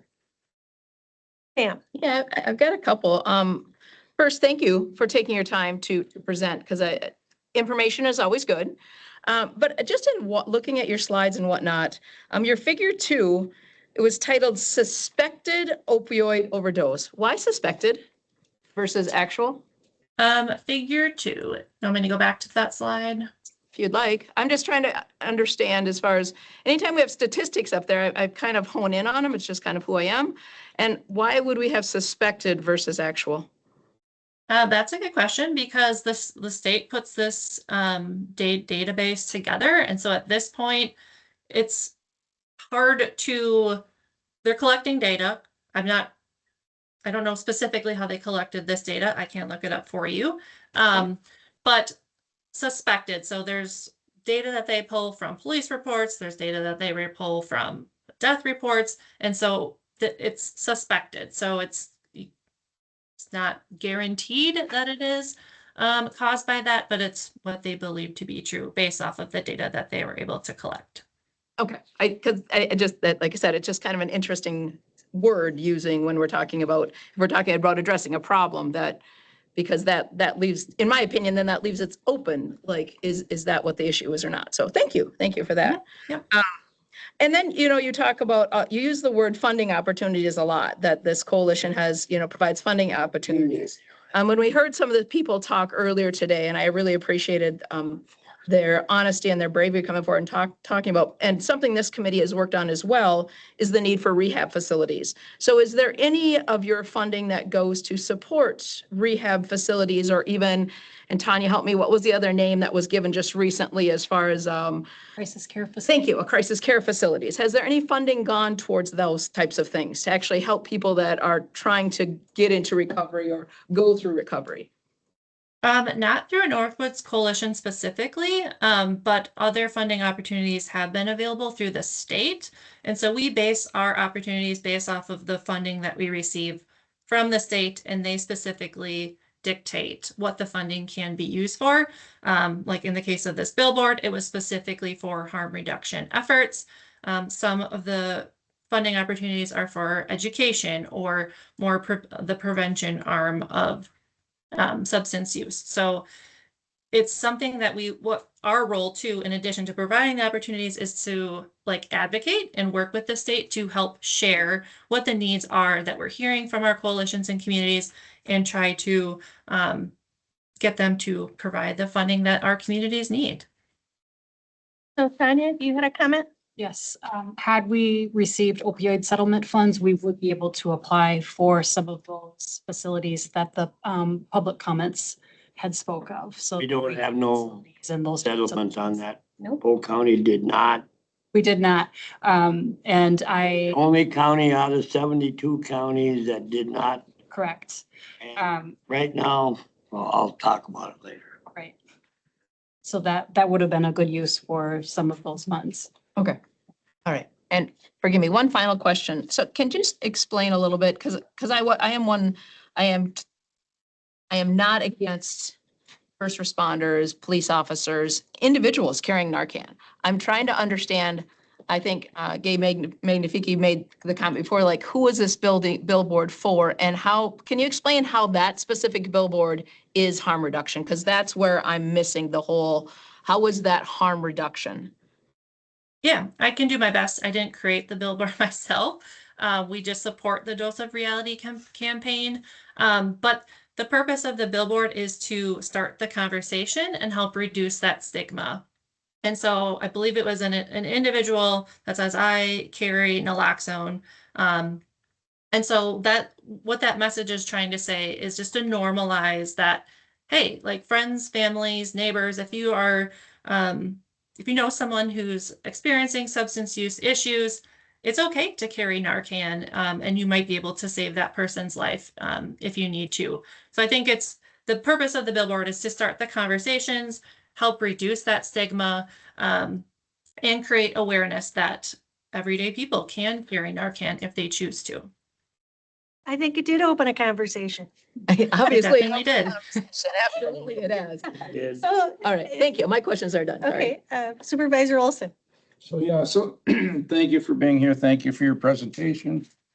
I guess we just disagree on your billboard, because the people I talk to about it, unfortunately, but I am one of those that think that it normalizes drug use, for people who see that billboard and hear it. I was intrigued that at the start of your presentation, there was a lot about prevention. That's my whole issue with the billboard that sits on Highway 8 today. It is not about prevention. When you showed the first slide of Dose of Reality, the top left picture, I don't believe I would have had a problem with that billboard being up. What's more powerful than an opioid? All of us together. I don't have a problem with that billboard. That billboard to me is preventative. It's got a point. Yep. The billboard that's there today, I think, if you ask 75% of the people if Noxalone or whatever the name of it is, they're not going to know what it is. They're going to know what Narcan is, but they're not going to know what the scientific name of it is. So 75% of the people drive by and go, I don't have a clue what that sign means, because they don't know that it's Narcan. So can I interject something, Brad? Okay, so Narcan is a brand name, and Right. I believe that if they want to use a brand name, they probably have to pay for that. They probably have to pay the drug company to use that. Can you comment on that? Am I on the right track or am I way off base? Yes, that sounds correct. And it also limits you to that specific brand name. So if more brands are released and available on the market, then that limits that exposure as well. And I will just say that this billboard was one tool that the coalition chose to address opioid misuse in your community. And so they said that they were going to be doing online ads, providing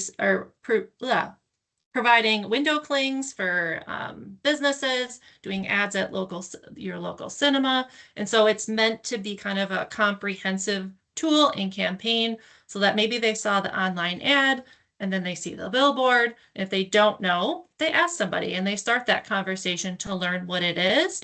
And so harm reduction is one specific piece of the continuum of care. Like I said earlier, it does not mean that we don't focus on prevention, and our main efforts really are on prevention, but we can't forget those individuals that need that support in that moment to be able to recover and be productive citizens. Hopefully that helps. No, that's fine.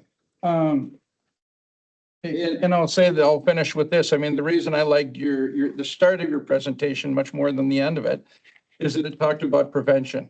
So at least me and John and several others of us are in the room are old enough to know that, in the old days, there was a saying that an ounce of prevention Worth a pound of cure. is worth a pound of cure. And I'm afraid this was much more of a billboard of trying to get the pound of cure than the ounce of prevention. And it is much easier to keep people safe by keeping them off of it from the start. It's unfortunate when people get on it. Again, as Pam said earlier, I commend everybody who came here and spoke today. It isn't that easy to get up and speak about anything at a public meeting. So I commend them. At the end of the day, I just think we as a county with this billboard sign have went down the wrong path of telling our citizens in Polk County what that billboard says. As I say, the one in the upper left-hand corner that's on the screen now is, to me, that's a preventative message. I applaud that. What I believe what we have out there is misinformation and allows people to think that they can do drugs safely. And that is the most dangerous message that we can send, that under any circumstances, you can do illegal drugs safely. So, but thank you for your presentation and your time. Thank you. Do you have any other questions or comments on the presentation today? I too want to thank you for reaching out to us and for your time and efforts and everything that you do to help keep our communities safe. Thank you. We look forward to working with you through Northwoods Coalition. Okay, thank you very much. So with that, we'll move on to our next item, which would be the discussion and possible action regarding the proposed resolution supporting positive prevention-focused community messaging. I can kick it off. Yes. Before anyone moves Yes, anything. please. So I drafted this resolution as a result of the conversation at the last committee meeting.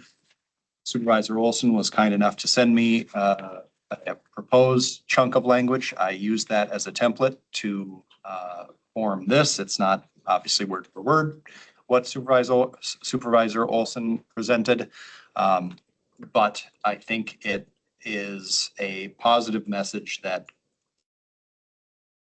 grasps most of what the committee was talking about last committee meeting. Obviously, the committee has every right to take issue with anything in there, can talk about what you would like to see changed or modified or taken out.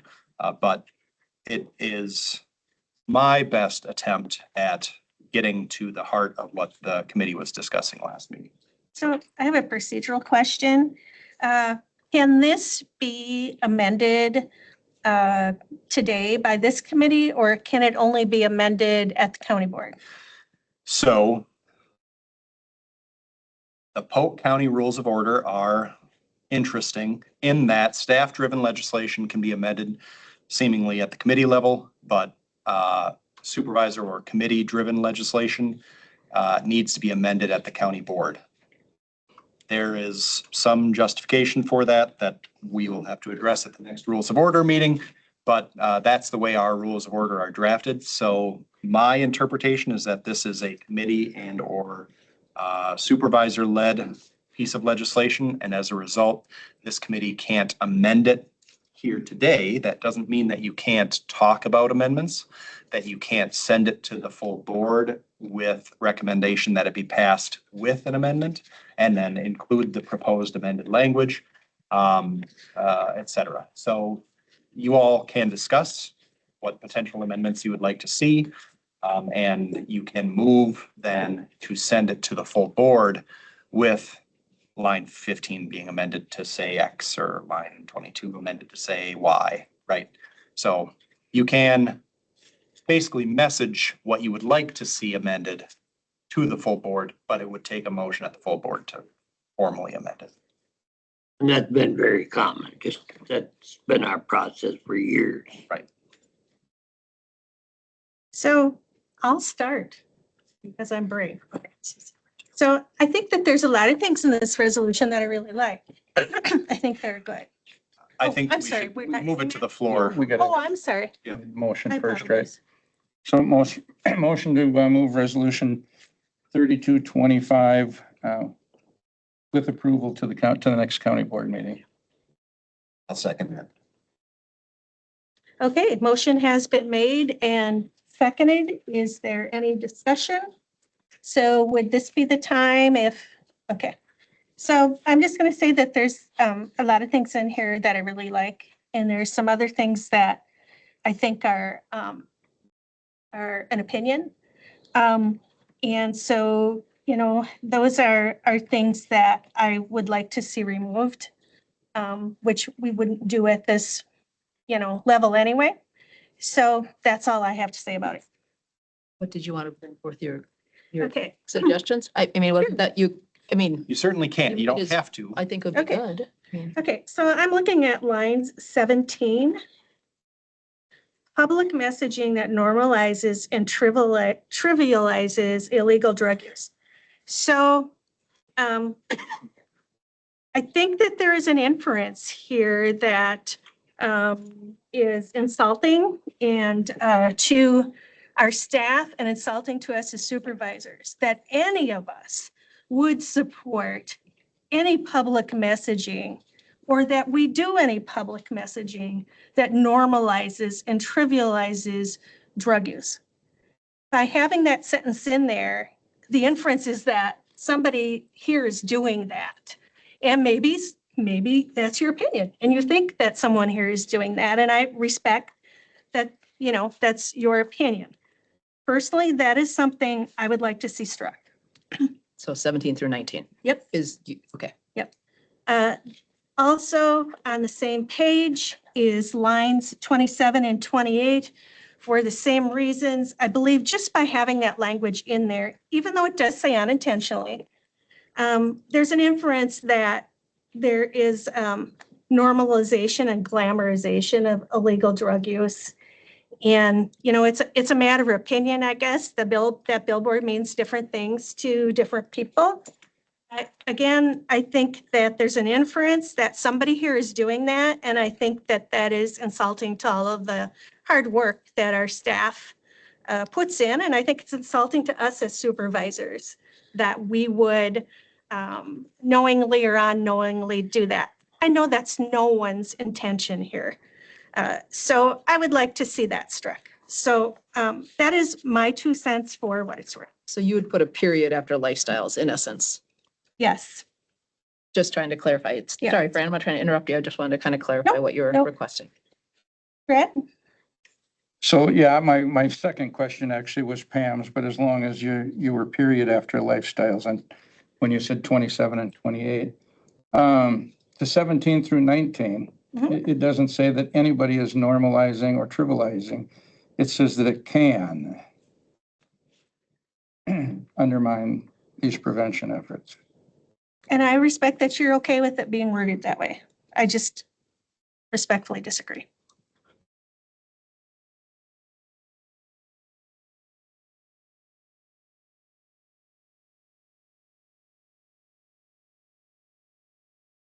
Anybody else have any questions or comments? Bill? Will, shall, can, all the legal terms that go with that. I also personally don't like lines 17 through 19. I believe that that's an opinion. Also on, starting with line 25 through 28, there's an inference there and it says, community partners, advisors, and property owners to promote messages that are support prevention.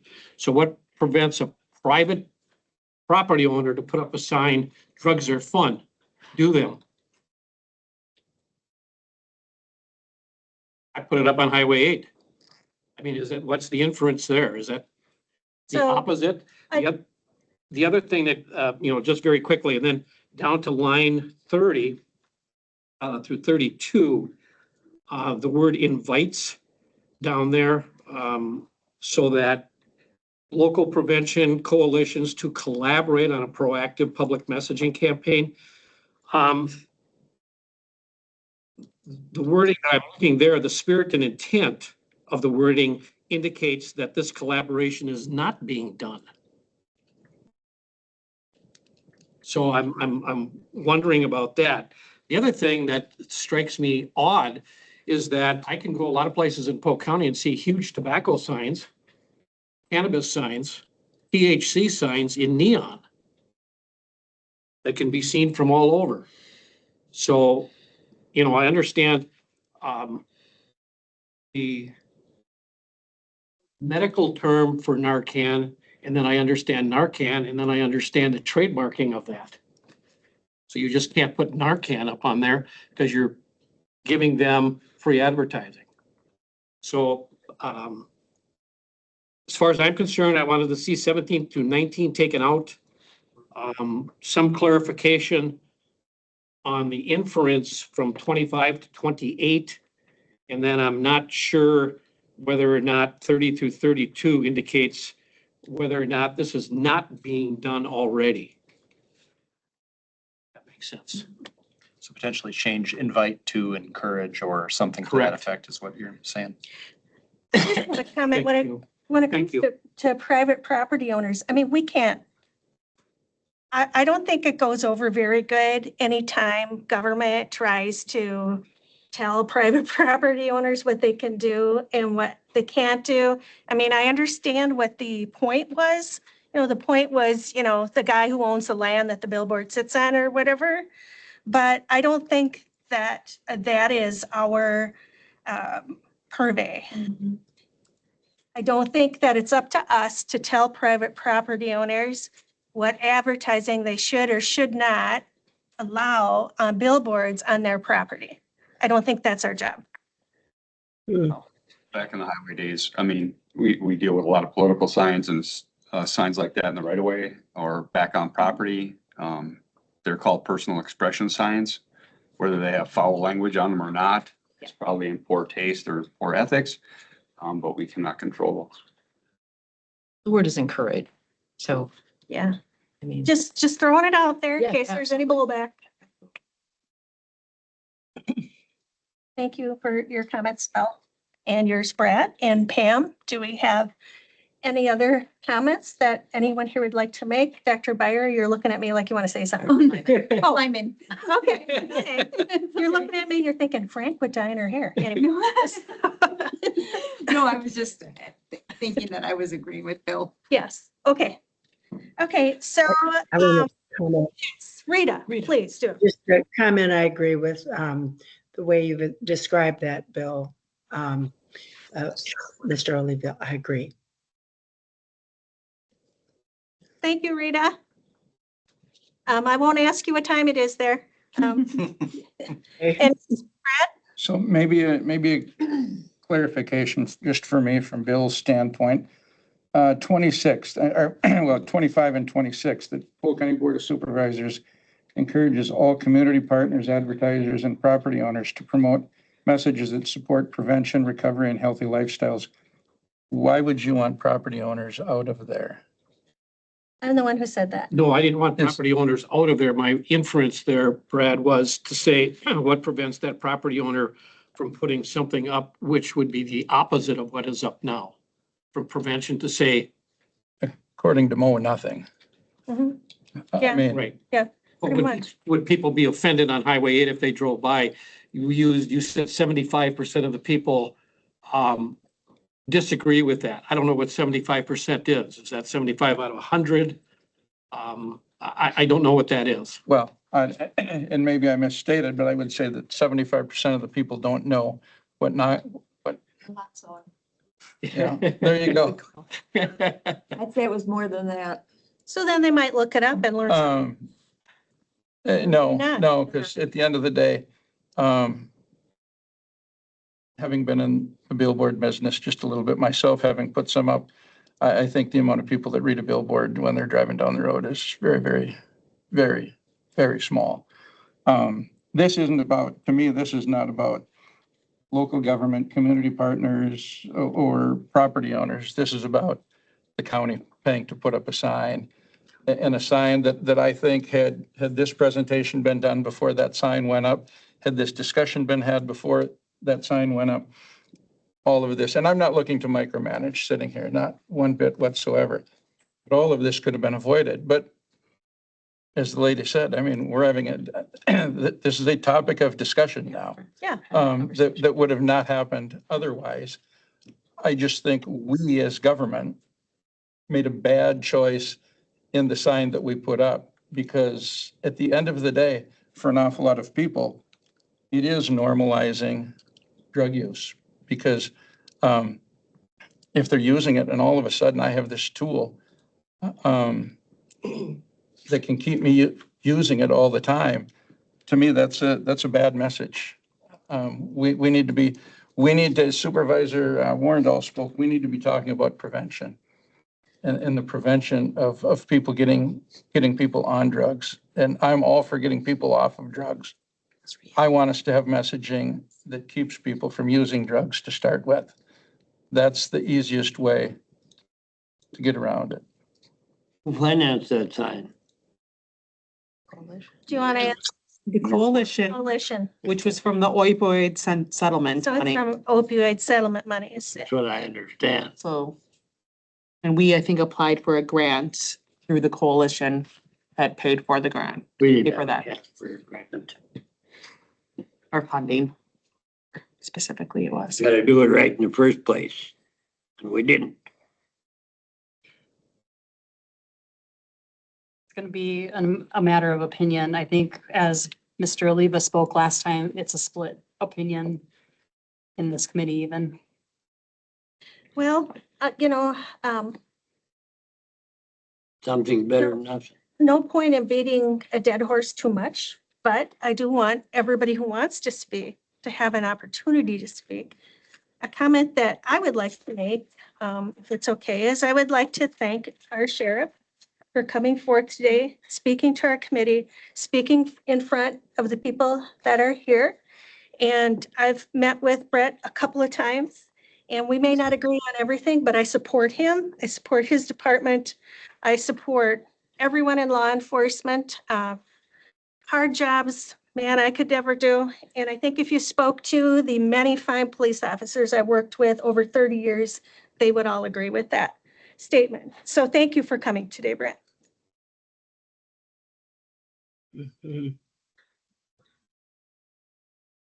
Do we have any more discussion or? Madam Chair, if this is voted on, I certainly would like a roll call vote. Yes, yes. So if we have no more discussion, in that event, I will call for a roll call vote, please. Well, if so, Oh, just sorry. procedurally, Okay, yeah, jump in. if you want to make those recommendations and add that, so right now the motion on the floor is move it as written with recommendation to the county board. If any of the committee members wanted to amend that motion to instead say, move it to the county board with recommendation with any of the proposed amendments that were discussed, you would have to do that right now before a vote happens on the original motion. So Correct. not advocating that anyone do that, but if you want to try to get that original motion amended, you have to do it now. I don't know that we could agree on that now, but I don't know, maybe, maybe not. I thought we were gonna, And that might be a split vote too. You know, Right. so, I mean, I don't know. I thought we were Okay. gonna have a motion to amendment to delete some things here, isn't that right? If someone makes that Are you motion, then amending- yes. are you If no amending one makes Brad's that motion? No, it came from Brad, so. Brad's original motion and the second were on advancing the resolution as written to the county board with recommendation for approval. And now we're As gonna written. make some That's- recommendations. I would make a motion to amend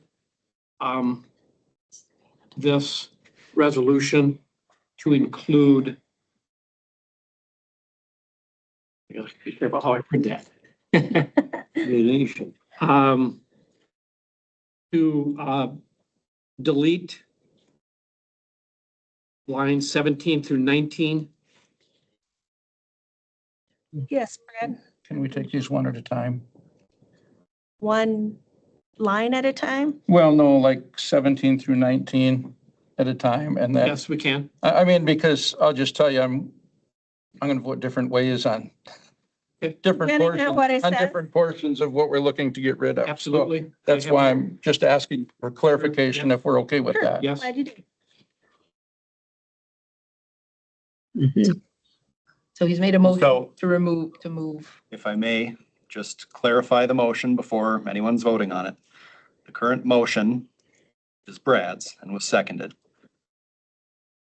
Mr. Oliva's motion is to amend the motion on the floor to instead say that this committee will move the resolution to the county board with recommendation that it be approved with the proposed removal of lines 17 through 19. That's the current.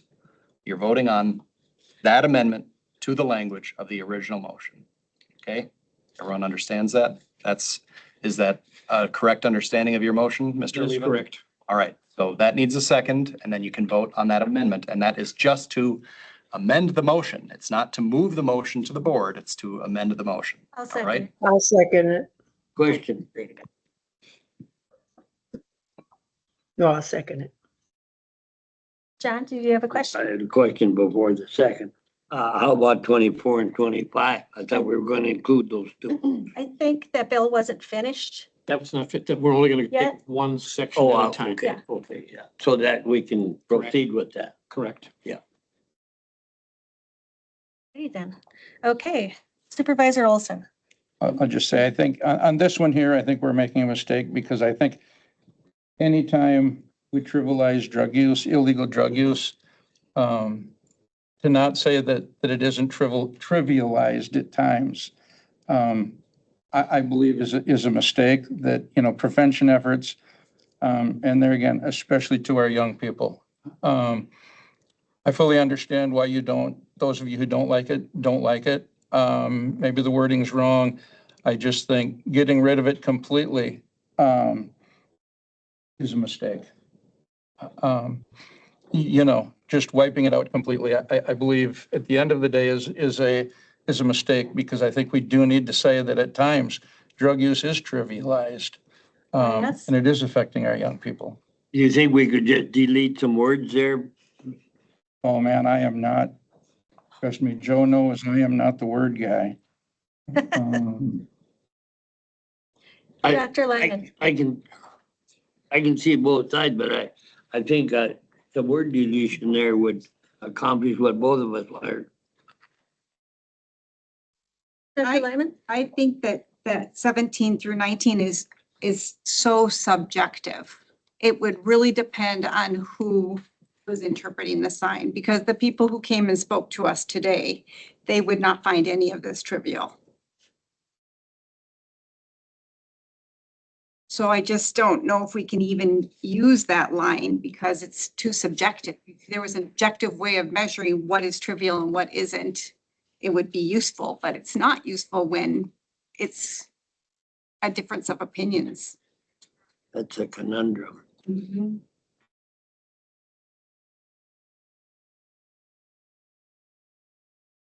Well, so do we want to finish this motion and then go on Yep, so and I think the next section? motion has been made and seconded, so on that particular amendment to Brad's motion, everyone has to vote. Okay, If so there's no additional discussion. is on there the any, amendment. oh, sorry. I'm sorry, Joe, go ahead. If there's no more discussion on that amendment, then you have to vote on the amendment. And I think Mr. Oliva asked for a roll call vote on Correct. all votes. Is there any more discussion? Does not appear so. Rita, you got anything for us? No, not at the moment. Don't mean to ignore you. Okay. So with that, we'll call for a vote. Roll call, please. Francis Duncanson, Yes. John Bonaprise, Yes. Brad Olson, No, Pam Garvey,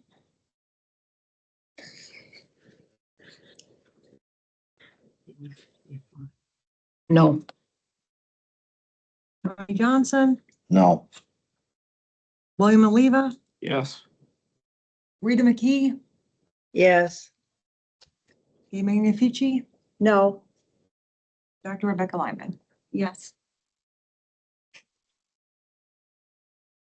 So what do we got? So the amendment passes 5-4. What then happens is the motion has been amended to instead read, for now, that the resolution will be moved to the county board with recommendation that it be approved with the amendment removing 17 through 19.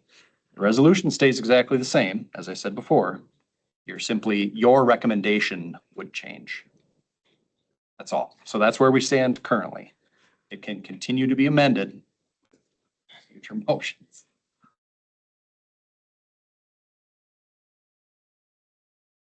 So, Pam, I would just say that Mr. Leva then have additional amendments then he wanted to make. yes. Okay, so we move on down to lines 25 through 28. I believe the first the first two and a third lines where it ends up with healthy lifestyles, I believe is fine. I would just like some clarification and to avoid content that may intentionally or unintentionally normalize or glamorize illegal drug use. And again, I'm not sure what the inference is there. I personally, I just don't like the wording that's there. I sure don't like glamorize. We're looking at, again, we're going back to line 17 through 19 where normalize is used and instead of trivializes anything, we're using the word glamorize. So your motion could either be to change the language, but that would require you to come up with the language right now. Or alternatively, your motion could be to end after lifestyles, put a period and remove everything after that through line 28. Or anything else, but just so that we have an understanding of what your motion is. My motion then would be, and I did this already on there, would be to put a period after lifestyles. There you go. And remove everything else on line 27 after and remove line 28. Yes, sir. All right. So the motion on the floor, just for clarity's sake, sorry, No, that's fine. is to again amend Brad's resolution. I've said that enough. I think everyone's on board with that. It is to amend Brad's resolution to send to the board with recommendation, incorporating what was already voted on, that previous amendment, leaving that in place, and now removing the second half of line 27, everything after lifestyles, and line 28. Correct. Okay. So that needs So a did second. we get a before any- second? Needs a second before any Are we going discussion. further? I'll second that. Okay. Brad, Okay, so another question for you, Bill.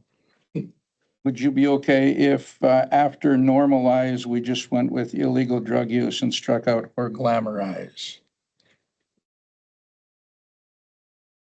I think again, there's a subjectivity to intentionally or unintentionally, how on earth can we measure that? and who gets to decide? Yeah.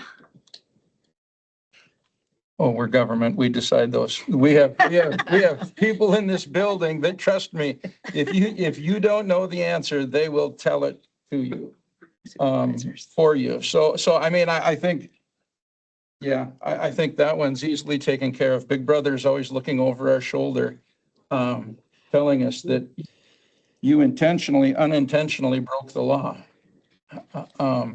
But I don't know, just a question for Bill, if that's something that you could live with. If so, I would call it a friendly amendment. If not,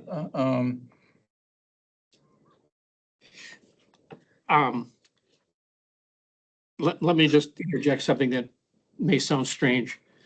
In any sports rule book, there are specific rules which guide you with intentional and unintentional actions on a floor or field. Where it becomes subjective is when an official makes a call and he has to determine or she has to determine whether the act is intentional or unintentional. And without getting into specifics, that's why you have things that are considered to be common fouls, personal fouls, flagrant fouls. But it has to be the intent of how that is committed. So my concern here is when you say intentionally or unintentionally, that's an opinion.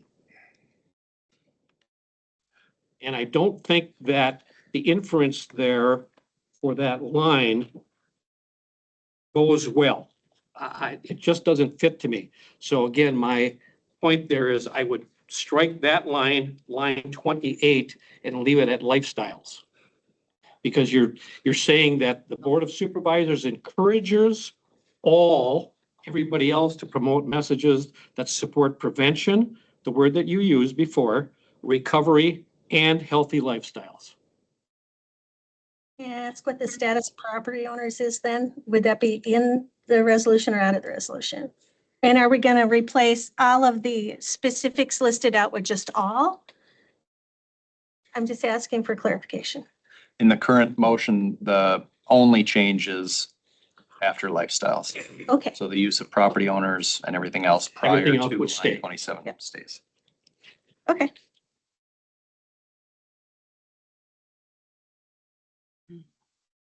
Okay, if we have no more discussion on this, are we ready to call for a vote? And can I call for a roll call vote? I think Mr. Oliva Oh, asked did that you? all Okay. votes On on all of them? amendments Okay. and the Yes, resolution. please. I just want to clarify your intent. Okay, with that, I will call for a vote by roll call. Francis Duncanson, Yes. John Bonaprise, Yes. Brad Olson, Yes.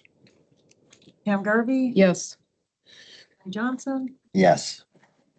Bill Oliva, Yes. Rita McKee, Yes. Kate Magnifici, Yes. Dr. Lyman. Yes. Okay, so that motion passes. Encouraging that we agreed on something. Okay. So if we have, do we have any other proposed amendments to the resolution? If I may, I think the Yes. last potential amendment that Mr. Oliva was going to address was the change of the word invite to encourage on line 30. Yes. Sorry. Yes.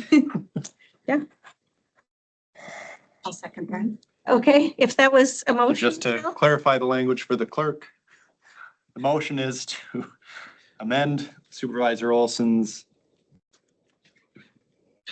motion to recommend to the board for passage to change the word invite on line 30 to encourage, and to recommend passage of the resolution with that proposed amendment, should it be made at the board. Second from Just to be Dr. Lyman. picky, it has to be plural, right? Encourages versus encourage. Yes. It just has to be, it should be plural. Okay. So do we all know what page we're on here? Okay, Brad? I'm just gonna ask if it's okay if we speed it up and just have a voice vote on this. Fine. Yeah, okay, very good. If we have no more comments, we will call for a voice vote on Bill's amendment. Is there any discussion? No, with that, I'll call for a vote. All in favor, respond aye. Aye. Opposed, Aye. same sign. Looks like we have another good consensus there. Okay, So now,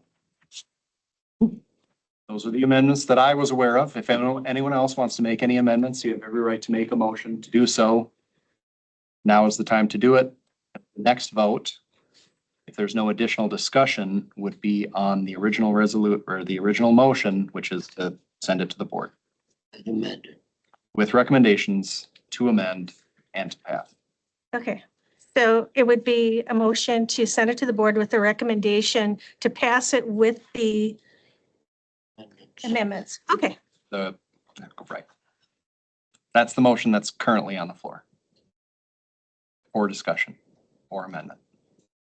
does that need a second? Brad? So question for Joe. So this is sending it the way it is. Language all The stays language, exactly the same. exactly the way we see it today. What we With the amendments of saying, here's what the board, well, here's what the committee Right. is sending as amendments. Right. Okay. So on Yep. page 2, where it says committee, health, human services, and it says recommended, we will have to add a note that says recommended with proposed amendments to, and then we'll Okay. lay out what the proposed amendments are. Okay. So did we have the motion and the second and the discussion? I would like to call for a roll call vote on this as well. So with that, I'll call for a roll call vote. Francis Duncanson, Yes. John Bonaprise. Yes. Brad Olson, Yes. Pam Garvey, Yes. Tony Johnson, Yes. Bill Oliva, Yes. Rita McKee, Yes. Magnifici, Yes. Dr. Lyman. Yes. All righty. So with that, agenda item has Who done it? been addressed. Let's move on to agenda item 13, our administrator's update. Not much, Madam Chair, just a sales tax for October is up. We're still short 600,000 for the remaining part of the year to hit our $5.1 million budget number. So it's looking good. We should hit that number the next 2 months. And that's all I have currently right now. Okay, thank you very much. So items number 14 and 15, we agreed to put on the agenda this month. And then when we get down to future agenda items, we'll discuss whether we want to continue to have them, depending. So item number 14, Mo, you got an update on the commercial kitchen project. Nothing new to report on the commercial kitchen project at this time, as staff still looking at it. And item 15, there's no new applications to review. Okay, so our communicable disease report, Helen? Yep, in October, our respiratory disease activity in Polk County and the Western region of Wisconsin is low and stable, which is good news. We've had 4 either COVID or influenza hospitalizations in October, another pertussis or whooping cough case. And I'm happy to report that the measles outbreak in Oconto County, there has been no new cases since September 7th. So that is great news.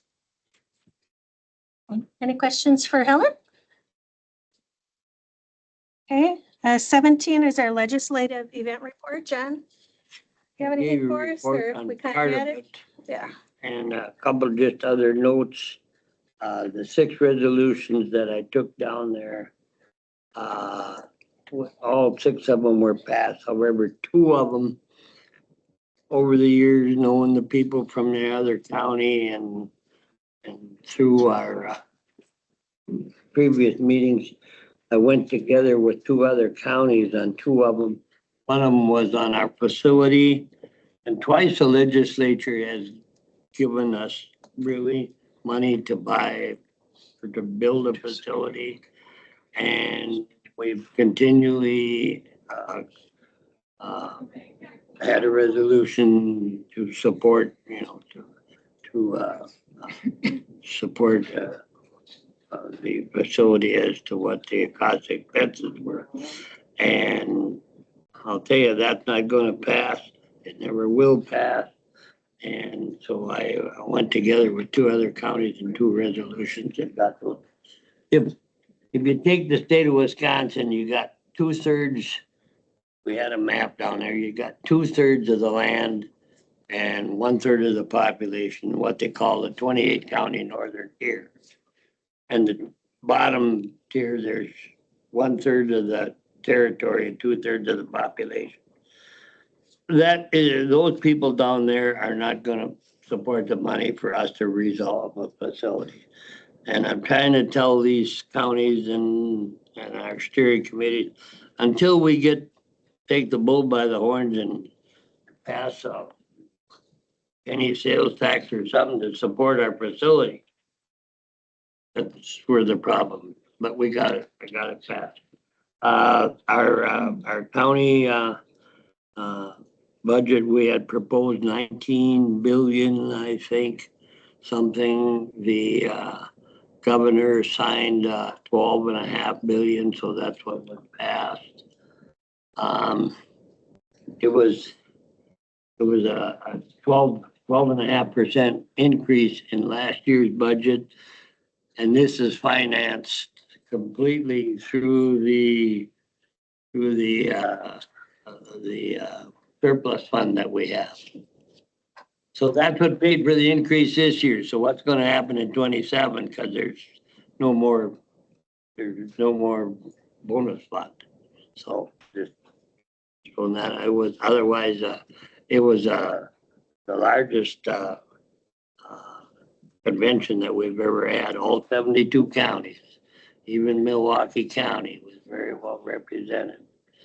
So very successful.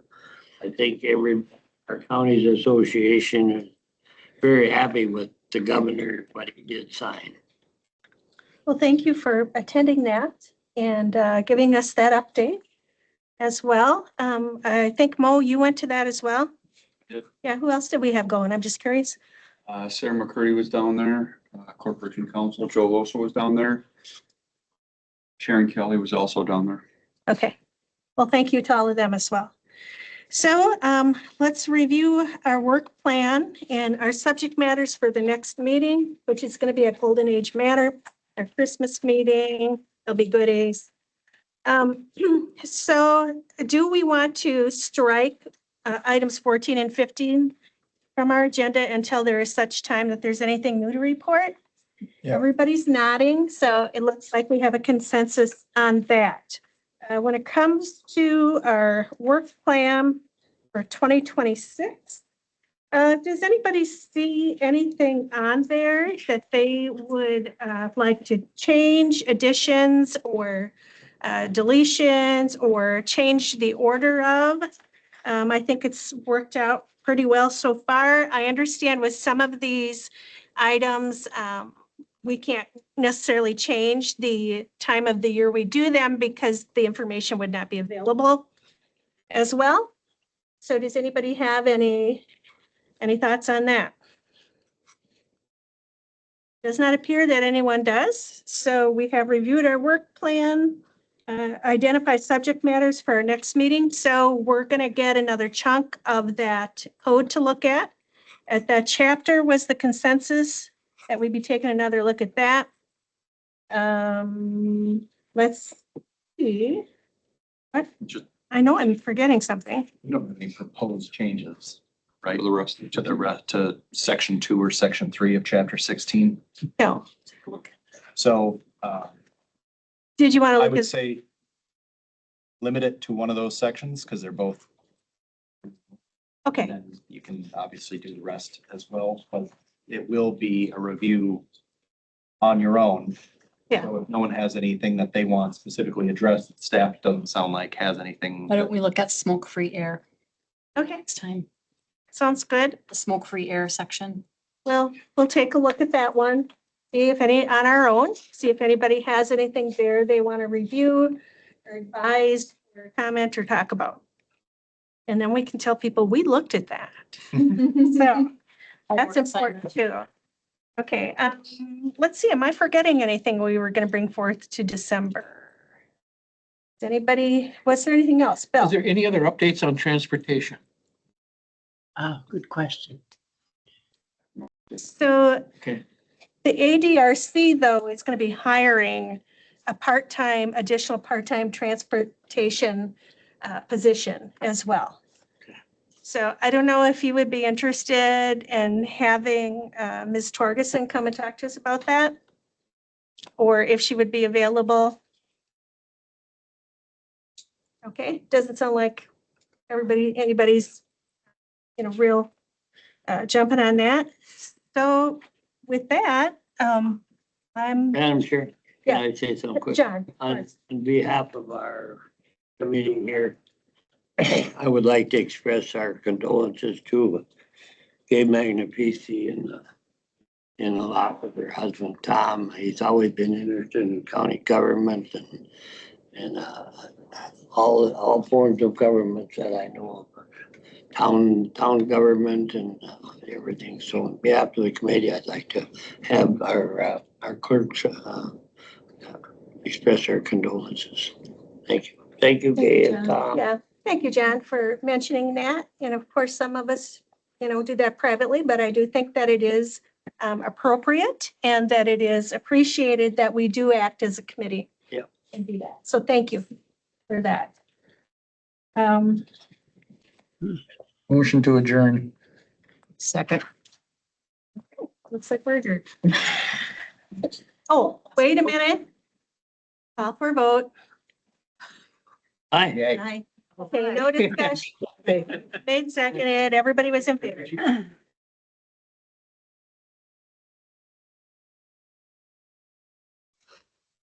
Okay.